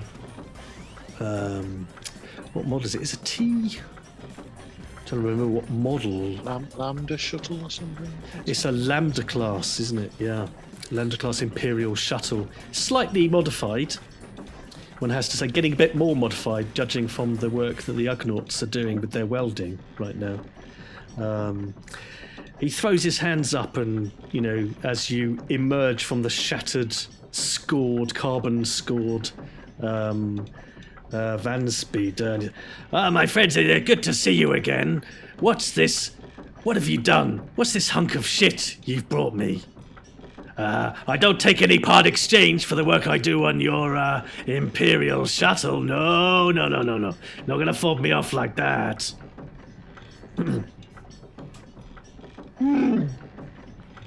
No need to be rude. I think he's saying that you don't need to worry about that. You can have it for scrap. I think where? Spare parts. Where's the driver droid? Kind of, it fell out. There's a Black Sun operative wearing it. Come on. Let's take the load off her. Come into my office, and he 2 arms wave you over towards where he has an office at the back of the workshop, and you can, away from the clamour of all the noise and the welding and so forth. He settles behind this desk that's just again piled high with invoices and all kinds of small machine parts. And so did you manage to get the asset? Of course. Yes. That's good, yeah, that's good. Good, Pikes will be pleased. Now, shall we set to work? It's bound to have some kind of decryption on it, no? You think? And he gesticulates to his terminal so that you can make use of it to inspect the data that you have secured from the Black Sun facility. Can I ask our instructions? Were we to hand it over, or were we to find the information? He says, yeah. All of this, in all the scurry and all the firefighting, you must have forgotten, Verdigris, that Pike wants to know. Sorry, that was as a player rather than a character. I'm asking, like, what was our mission? You have to be. I'm carrying on in player mode. Tough shit. Yeah. He says, the instructions were that you needed to. The key thing is to extract the identity of. They know that there is someone within their organisation, their criminal organisation, who is double dealing on them, who is snitching and running counter-espionage. There's some kind of turncoat in the PYKE crime family. All they want is the identity of that individual.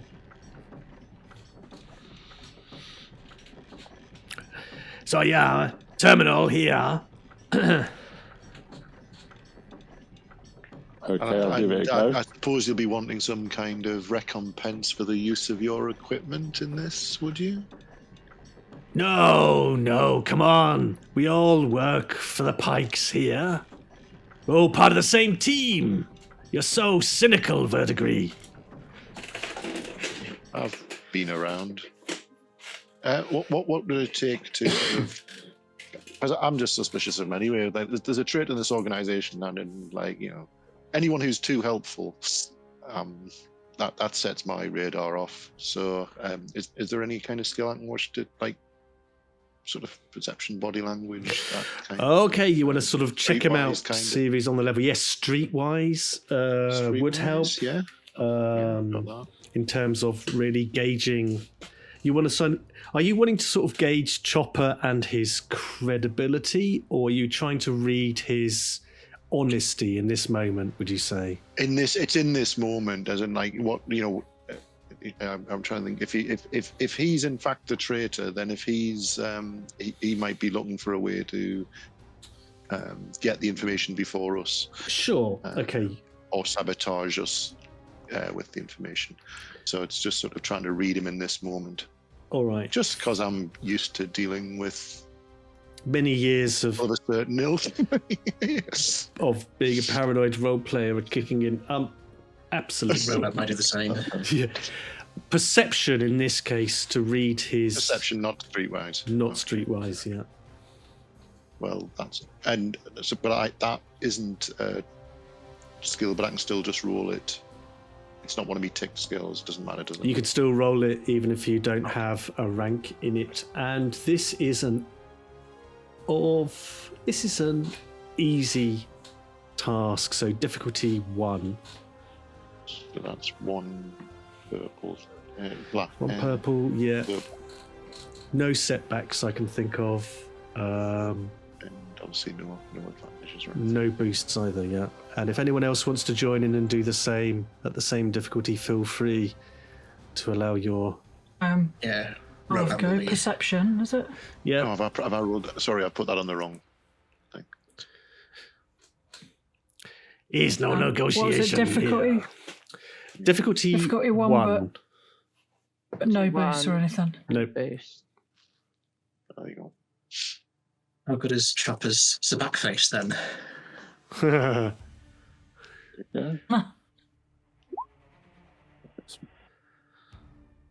Oh wow, okay, so we got some fails where I think It's just 1 purple, isn't it? 1 purple, yeah. Oh, BRAX has succeeded, UHANE has succeeded, a couple of fails from VERDIGRIS, TAKETSURU, a success from ROBAN. Have I got everyone? I've got some advantages.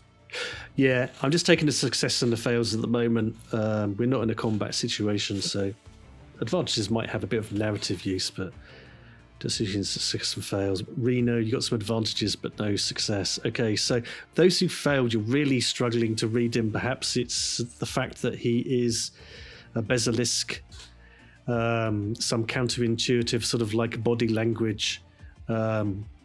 Also, the fact that he's covered in grease and not a small amount of slime possibly is making it a bit hard to read him. However, BRAX and UHANE and ROBAN, you're all convinced that that Chopper has as much. He stands to gain as much as you do for making sure this information gets to the right hands. He knows he's an integral part of the PYKE organization, your employer, and he has absolutely no desire to double cross them. He also really, even though he's got 4 arms, he hasn't got a hand to spare to do anything nefarious against the PYKE organization, like be a snitch or a spy. So I think, yeah, we're good to go. Do you want to check it out? I'm talking to Reno. Yeah, I'll give it a go. Well, in that case, you can make your way over to the little terminal, and he he gets up out of his spinning chair and hands it over to you. Yeah, help yourself. Terminal's all yours. State of the art. Compet 64, newest model. Is it worth using my data spike thing here? How complicated is this encryption?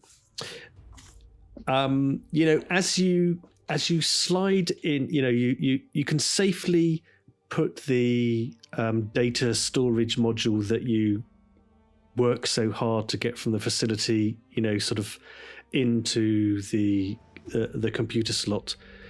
As you sort of inspect it, you are expecting this to be hard in terms of encryption. So this is going to be a 3 difficulty dice computer check that you need.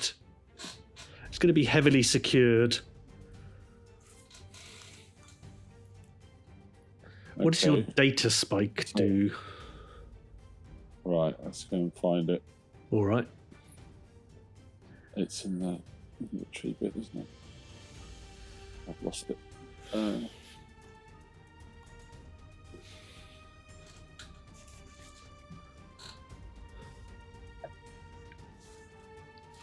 Right.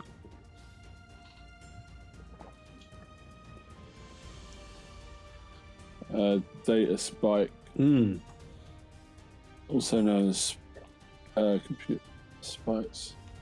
Might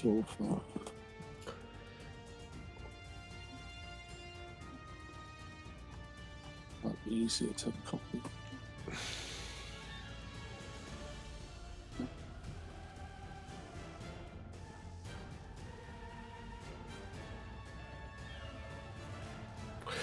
Oh, right. Okay. So your data spike. Got it. Yep. Sorry, it's in that small little bit and there's loads of writing. Yeah, you can drag it down at the bottom corner and expand the window to see it a bit better. Yeah.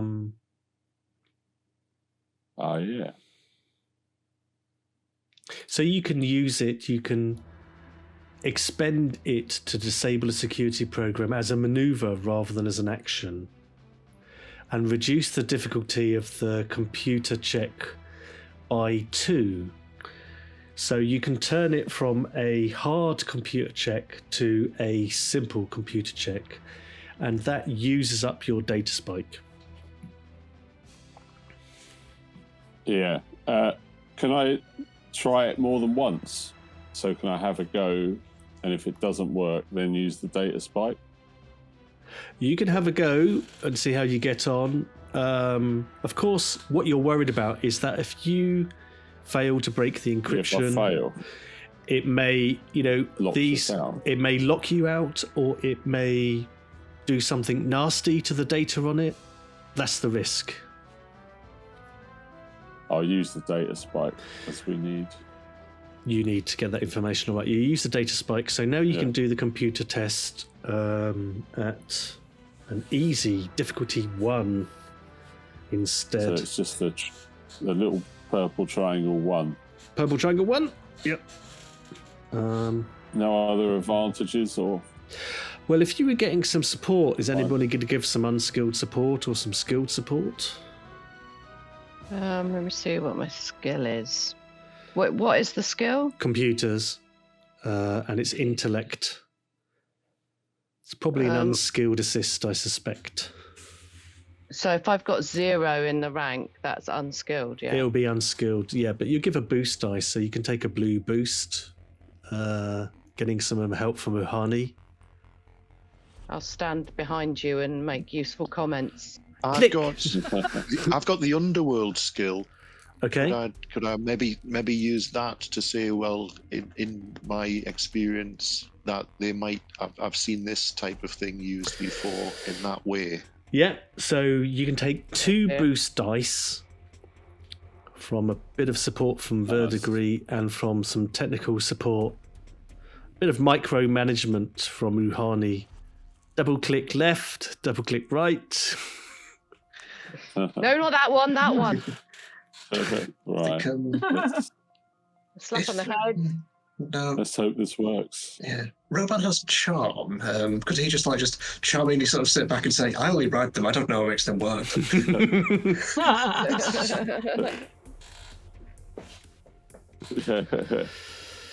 Go for it. Right, here we go. All the charm in the world is not going to be enough to get past this encryption. Yeah. 2 successes, on the other hand, and a few advantages to boot. Yes, I mean, you make relatively short work of it. The data spike does its job and gets through, the harder sort of levels of security, sort of the crunchy bits on the outside, and sort of break some of the data encryption for you and make it relatively easy. And then a couple of the things that VERDIGRIS says about the types of encryption that he's noticed that underworld criminal gang types tend to have, like Black Sun organization, along with the error checking of UHANE, who stops you from making a few accidental, simple little errors, means that you slice through this encryption package. And, Eager, the basilisk chopper, sort of hovers over your shoulder as suddenly the data, was in a whole series of strange looking squiggles, starts to resolve into galactic sort of standard and become legible and readable. All kinds of data sort of flowing through, and then Chopper says, "No, wait, stop there, go back, hey, can you bring it back? Wind back, thank you, yes." And get your greasy fingers away from me. There it is. Oh. He's got a lot of fingers and they're very greasy. That's him. There it is. And the name of this operative is revealed as Kato Liachos. I will put that name into the chat because it strikes me you probably want it.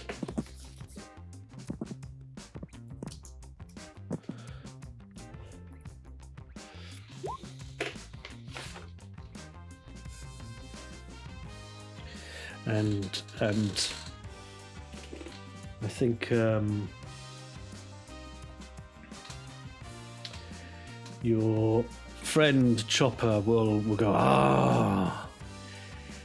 you always thought that bastard was double dealing. Now I know. Damn him. And he makes his way over to where he has a sort of very futuristic looking refrigerator, and he pulls it open and takes out a couple of the equivalent of some refreshing alcoholic beverages in can form, and he starts pulling them off the sprue. And you want one? Otherwise he's got 3 hands with 3 beers in and 1 to spare. I'll take one off him immediately. Yeah, I'll take one. All of us. Yeah, everyone. He starts chucking cold brewskis around to whoever wants them, and A bit peckish over here too. We have just had to run for our lives. Yeah, sure, yeah. And he goes over to his food dispenser, and what do you want? He starts taking orders and punching in on the interface and bringing up. Oh, ice cream. Oh yeah, to chill out. Yeah, I get that. Yeah. You like pistachio and lime flavor? You want sprinkles with that? Good. Yeah. Yes, sprinkles. Chopped nuts. Chocolate sprinkles. Yeah. Chopped almonds. Okay, he makes you a sundae basically and starts taking orders for hot dogs and other accoutrements. Got any bananas? He's got some fruit that are banana adjacent but a bit bluer. That'll do. I'll take the equivalent of coffee and donuts. Of course, the classic ex-Marshall's fare. And as you all chow down on your preferred snack and beverages, You know, the data is streaming on the monitor. You've got the identity of this insurgent, and Is there a picture of him? Oh yes, there would be. So have we got to go take this information somewhere now? Well, the PYKE family, they're going to want to know about this Katos. We're going to have to bring it into them. Right. But maybe I better tell you what it is you're dealing with, because this is any ordinary hoodlum. Katos has been a loyal member of the PYKE family syndicate for decades, making his way up the organizational ladder. Oh, can I have those sprinkles after you? Thank you. But clearly he started to get a bit greedy.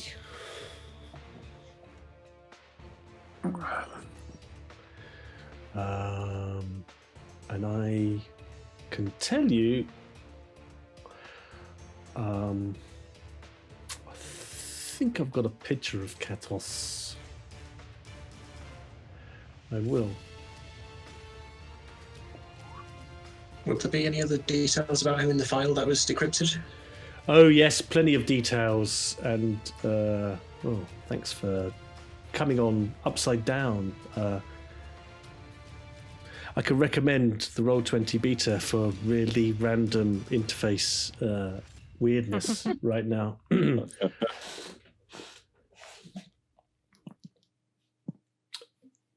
Yeah, this is the latest sort of like image of Katos. A handsome chap, isn't he? Oh yes. What does he specialize in for the family? Well, you know, he made his reputation with a number of, how can I say, sort of high-risk, semi-authorized bounties. He's the kind of person that the Pikes go to when they need someone taken out of the equation. So he's a killer. Oh, he's the best in the business at killing for a Nikto.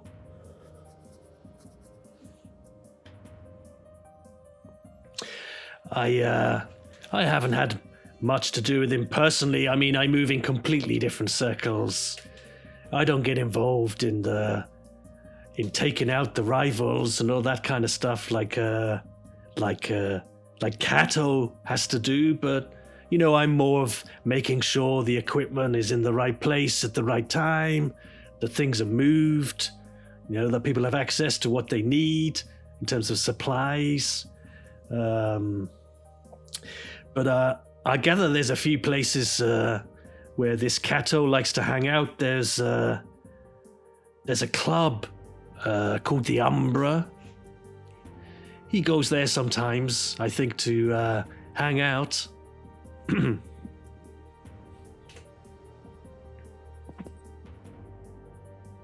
I mean, maybe you have some contacts yourself. You might want to put the feelers out and do your own research on this Kato guy. Well, if I'm a bounty hunter and an assassin, is there any chance that I'd have heard of him before or know anything about him before? Because we do run in the same circles. You do run in the same circles. I think that's a very good question. How about then, Taketsuru, you make a streetwise check? All right. What? All the shenanigans, difficulty, and It's going to be an average difficulty. So two purple dice. Okay. Do I get anything? Any kind of bonuses from, like, you know, I don't know, seeing his picture? Does that ring any bells? Or seeing all the information on the computer or anything? I think sort of having seen the computer illustration of him and being able to leverage the information that's in the file, such as it is, yeah, I'll give you a boost dice from that. Can I assist with my underworld knowledge? That would certainly help. Yeah, so you can take a boost from the Martian. ROBAN has underworld knowledge too. So I was wondering if people might know him through reputation, if he's like muscle. So looks like you've got 3 boost dice going on. Okay, what was it? Streetwise in the end? Streetwise, yeah. My God. Oh, no successes, but a Well, shed load yeah. of advantages. Yeah, we've got some leads on where we might be able to find somebody who knows him or where he might be. Maybe. Are we meant to be like picking him up and taking him in, or what? I mean, we haven't really been told, have we? It was just get the information, wasn't it? That was. Well, says Chopper says, once we'll need to call in and let the family know who this scumbag is. I'll put the call out to them, and I mean your job was to secure the data, but they may have more jobs for you since you've done so well. Well, perhaps we should just take the data to them and maybe don't put a call out because you don't know who might hear it and pass that information back to him. Now you don't have to worry about that, UHANE. You guys are all so skeptical. I have a secure line, a secure comlink to the boss. I expect he thought he had a secure line too, didn't he? Well, I can't speak for him. He got sloppy. He As goes. a man who doesn't know how to use an apostrophe. He goes over to a sort of like works cabinet and sort of like opens it up. Goes through. There's a little security pad, and he pulls out a comlink, and he flips it on and puts a call into the PYKE family. And this sort of like raspy voice that I can only describe as slightly Italian mafioso style. I'm not going to attempt to reproduce that because it will just turn into some dreadful melange of Italian. But the sort of yeah, Called Mario. yeah, Mario. It's me. It's me, Mario. No, it doesn't come like that. Let's go. This very tinny. The tinny radio voice comes out of the mic and it says, yeah, the bosses want you to bring him down. He has cost the PYKE family an absolute fortune. He's been stealing shipment after shipment of their spice.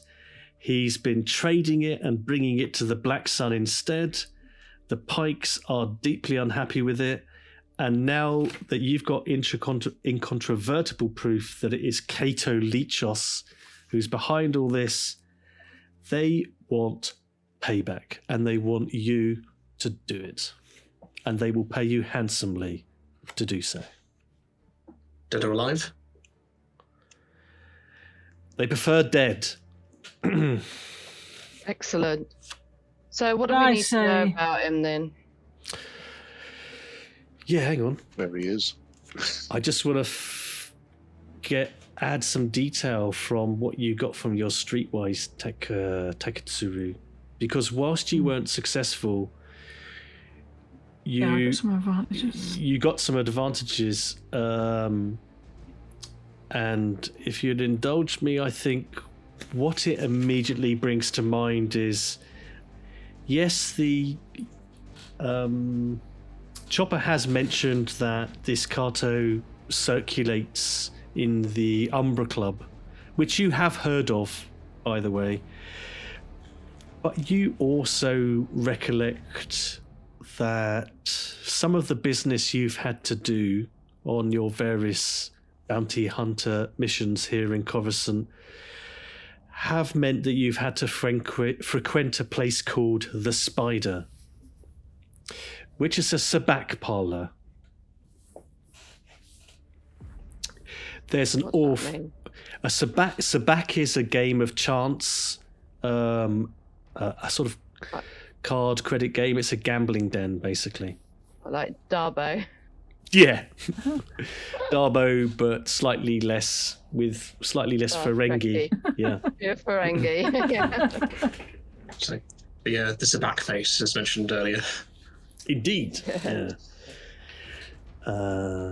And you know, TAKETSURU, that this gambling parlor, it's frequented by a lot of gamblers who are in the employ of the Black Sun. There's a lot of criminal contacts that go on in the Sabak parlor, so it's an ideal kind of place to find patrons who know things about people like Kato, so probably going to be another good place to pick up on leads. Okay. Right. So, I mean, I'll pass that on to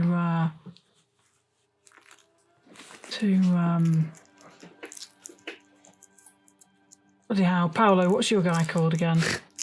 Verdigris. Marshall. Verdigris, yeah. So I'll pass that on to Verdigris because I know he speaks Wookiee. I don't know if anyone else here does. But also, does Chopper or the guy on the phone speak Wookiee? Chopper knows enough Wookiee, yeah, because he did tell you not to swear earlier. Okay. So, like, if people don't speak Wookiee, they might see me and Verdigris. Because if he doesn't speak that much Wookiee, Verdigris translating. But I'm having a quite, we had the one job to get the information and bring it here, and we've done that. Haven't paid us for that yet. Before they say, like, oh, carry on doing this other job and we'll pay you. Yeah. They need to pay us for the work that we've actually done. So I'll pass that on to Chopper / Verdigris / dude on the phone. Sure. I was hoping what you were going to say would last long enough so I can get through with Kit Kat, but it's not. No, I stopped purposely when I saw you eating. I love it how people do that. Ask me a question or stop talking. I will in a second.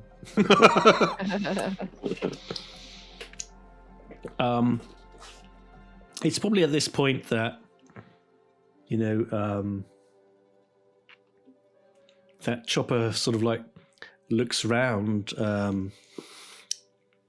and he looks over at you, TAKETSURU, and he says, the credits for the heist, they'll be in your account within the hour, as agreed. I pull up a chair, look at my watch. And I've gone ahead and made those repairs and upgrades that he wanted to your ship. Excellent. So I'll quiz him in a very technical, shippy type manner. About Okay. what he's done, and what he can now do, and etc. etc. Now, is there any information you want whilst he's got the pikes on the blower? I guess. Do we know of any weaknesses this guy's got?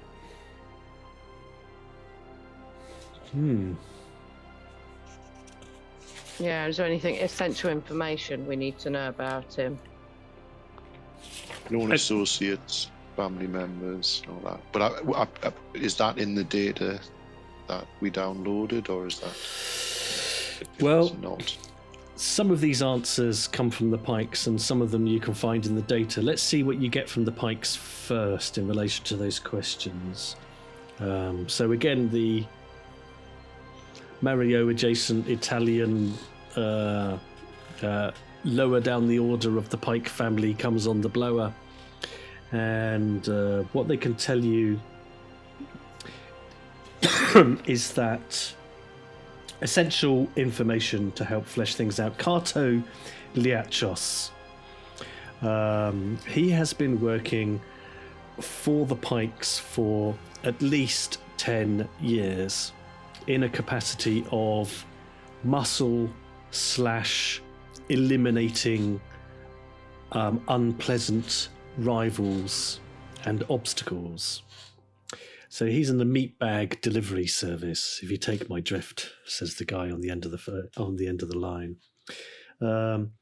He was up until recently working to dispatch a rival smuggler and intercept a large spice shipment that rival was carrying. Instead, he went AWOL. It appears, judging from what you've managed to extract from the data, that he took the shipment for himself and delivered it to some Black Sun mobsters instead and pocketed the bounty. This is hundreds of thousands of credits that he has basically defrauded, if that's the right term to use, the PYKE Crime Syndicate out of. Jobs in the spice business have started to dry up ever since. You did ask about dead or alive. They want him dead because they don't want him double-crossing anybody ever again. They will pay you, because I'm sure that's a question that's somewhere down the line, 1,000 credits each to take care of Katos Liachos.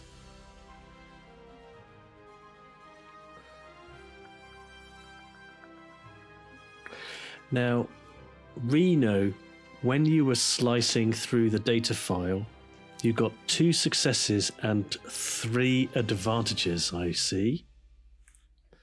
Yeah.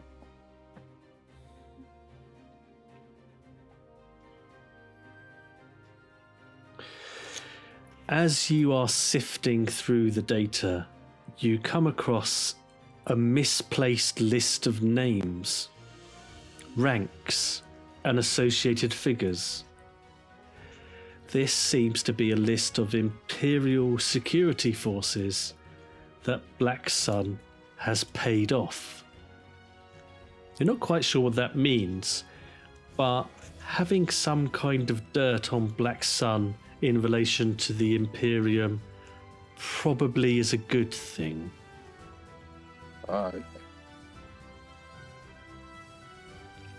Now, you think with a bit more work on the files, you might be able to extract some further information. This would be an easy computer roll for you. Okay. I'll give it a go. What you're after are advantages here. The more you can get, the more you can get out of the file. Use some destiny points, Lee. There are some. Hang on. Do they refresh at the beginning of a session? Yeah, we re-roll the pool every time. Okay. So what do the destiny points give me? Do they give me... So you can spend a destiny point to upgrade an ability dice into a proficiency dice, for example. So for your computer skill, instead of rolling 3 ability dice, 3 green and 1 yellow, you can roll 2 green and 2 yellow, which will give you more chances for an advantage. And the better the advantage is, the more data you get. Okay, should we do that? That sounds a good plan. Can you only spend 1 on a roll? Upgrade all his efficiency now. It doesn't set a limit. It's all about how many you want to risk spending. You could spend more if you wanted. So you could upgrade it to... You could spend 3 destiny points and then roll 4 yellow D12s instead of 2 and 2. See what I mean? Should we do that? Because we're probably not going to need them, are we? Yeah, hell yeah. Sure. Yeah? Yes, pretty much last throw of the evening, I think. Or close to it. So it's 4 and 0.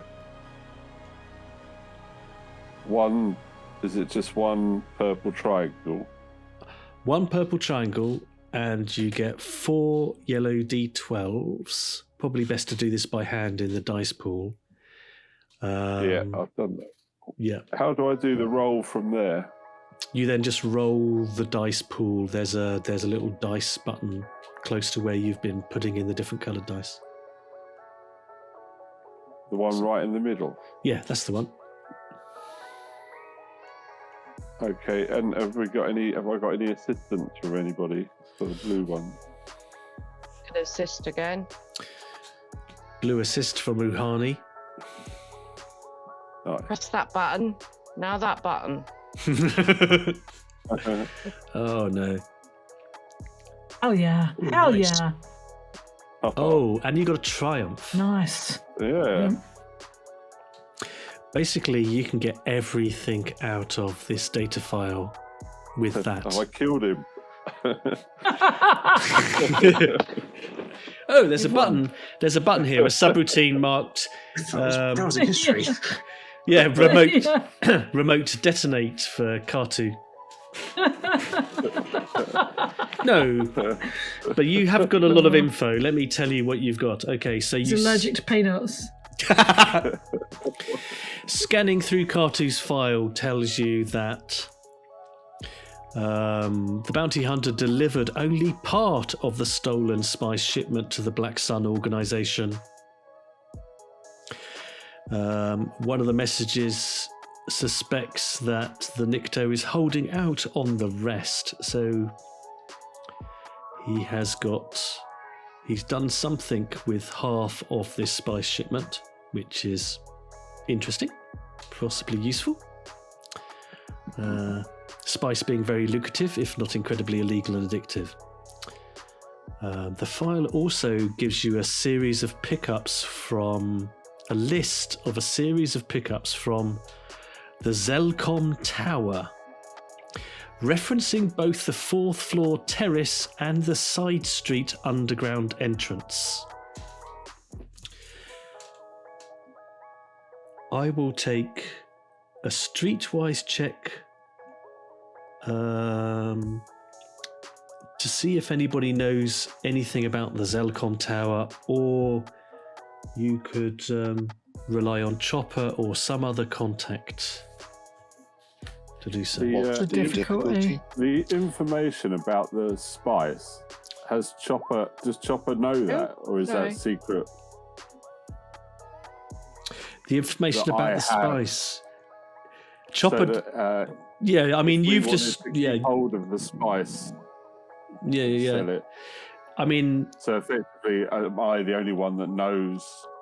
that's a as I great go question. through it? That's a great question. I think at this point, I mean, Chopper has been at times, over your shoulder looking at things. He was most interested in getting the identity of Kato. As soon as he did that, he lost interest in the rest of the data file. So I think at this point, as far as you're aware, only you know about this siphoning off of the spice. No. And in answer to the other question, it's a difficulty 2 streetwise.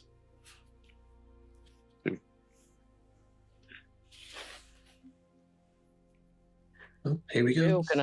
We're gonna have a go at that. Yeah, it's all about As well. what you know personally. God, Verdigris, not having much luck on the old dice rolls these days. They're cancelling out. No. Some advantages. A success from BRAX. Oh. Your hired gun knows the name of Zelcom Tower only too well, as does your Wookiee bounty hunter droid thrower. As does UHANE a bit. And RENO also. Okay, so here's what you know about Zelcom. So Zelcom Tower is a skyscraper. It is the home of Zelcom Industries. Now, from what you know, that is a shipping company. It specializes in cargo transportation between the core worlds, of which, of course, Coruscant is one. And I'll just pop you onto the galaxy map so you can get a bit of context here. Here's the entire galaxy for your delight. You're currently here in Coruscant. Yeah. I've highlighted some other places of personal interest to you. So we have Mandalore, because of course that's Brax's home world. I can see my house from here. Kashyyyk, yes. The Corellian homeworld. Jeddah. And Scylla, because they're the respective homeworlds of yourselves, if I remember correctly. Yeah. Yeah, so Zelcom is a shipping company that specializes in cargo transports from the core worlds, from within the deep core to the outer rim, and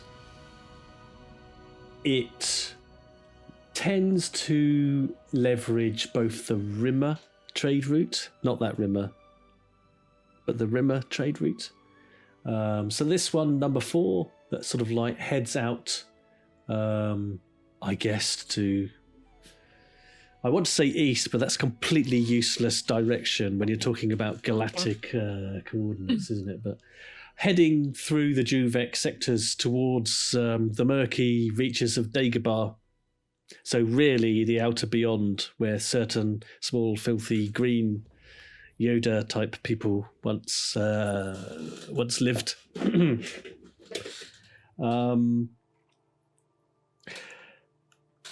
I think what RENO knows better than anybody, although Brax, you probably know it as well, that it is true that Zelcom Industries is a shipping company. It's also true that it is just a massive front for weapon smuggling.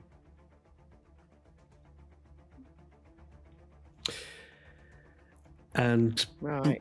Brax, you know that the person in charge of Zelcom is called Corum Sardia.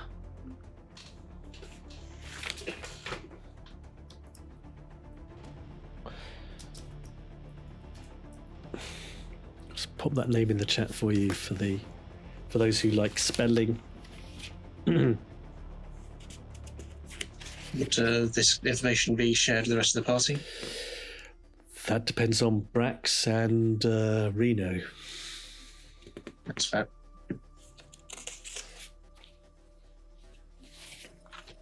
Yeah, share it. I won't have shared the spice at the stuff. moment. Okay, you're keeping that spice close to your chest. It's all right. The pilot was looking Yeah. over your shoulder and telling you what buttons to press. Yeah, true that. I know, just that's so that our 4-armed friend doesn't know. Your 4-armed friend, yes. Absolutely. I'll be taking screenshots. Showing around. So, you've got quite a few leads here from your computer hacking and from your local knowledge about the criminal underworld and what goes on in Coruscant and the lowlifes. You've got a club that he frequents. You've got the name of a Sabbat gambling parlor that could also he might frequent, or there might be patrons who might know things about Cato.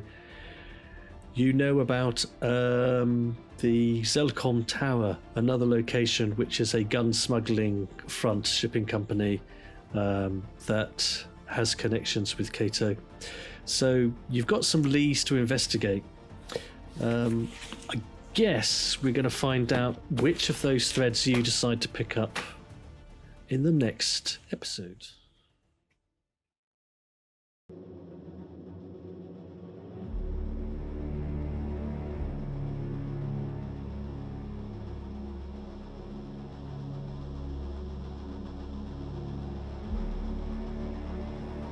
Thank you for joining us for episode 1 of the Edge of the Empire series.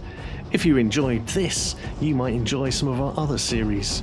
Check out the playlists on the YouTube channel for Denizens.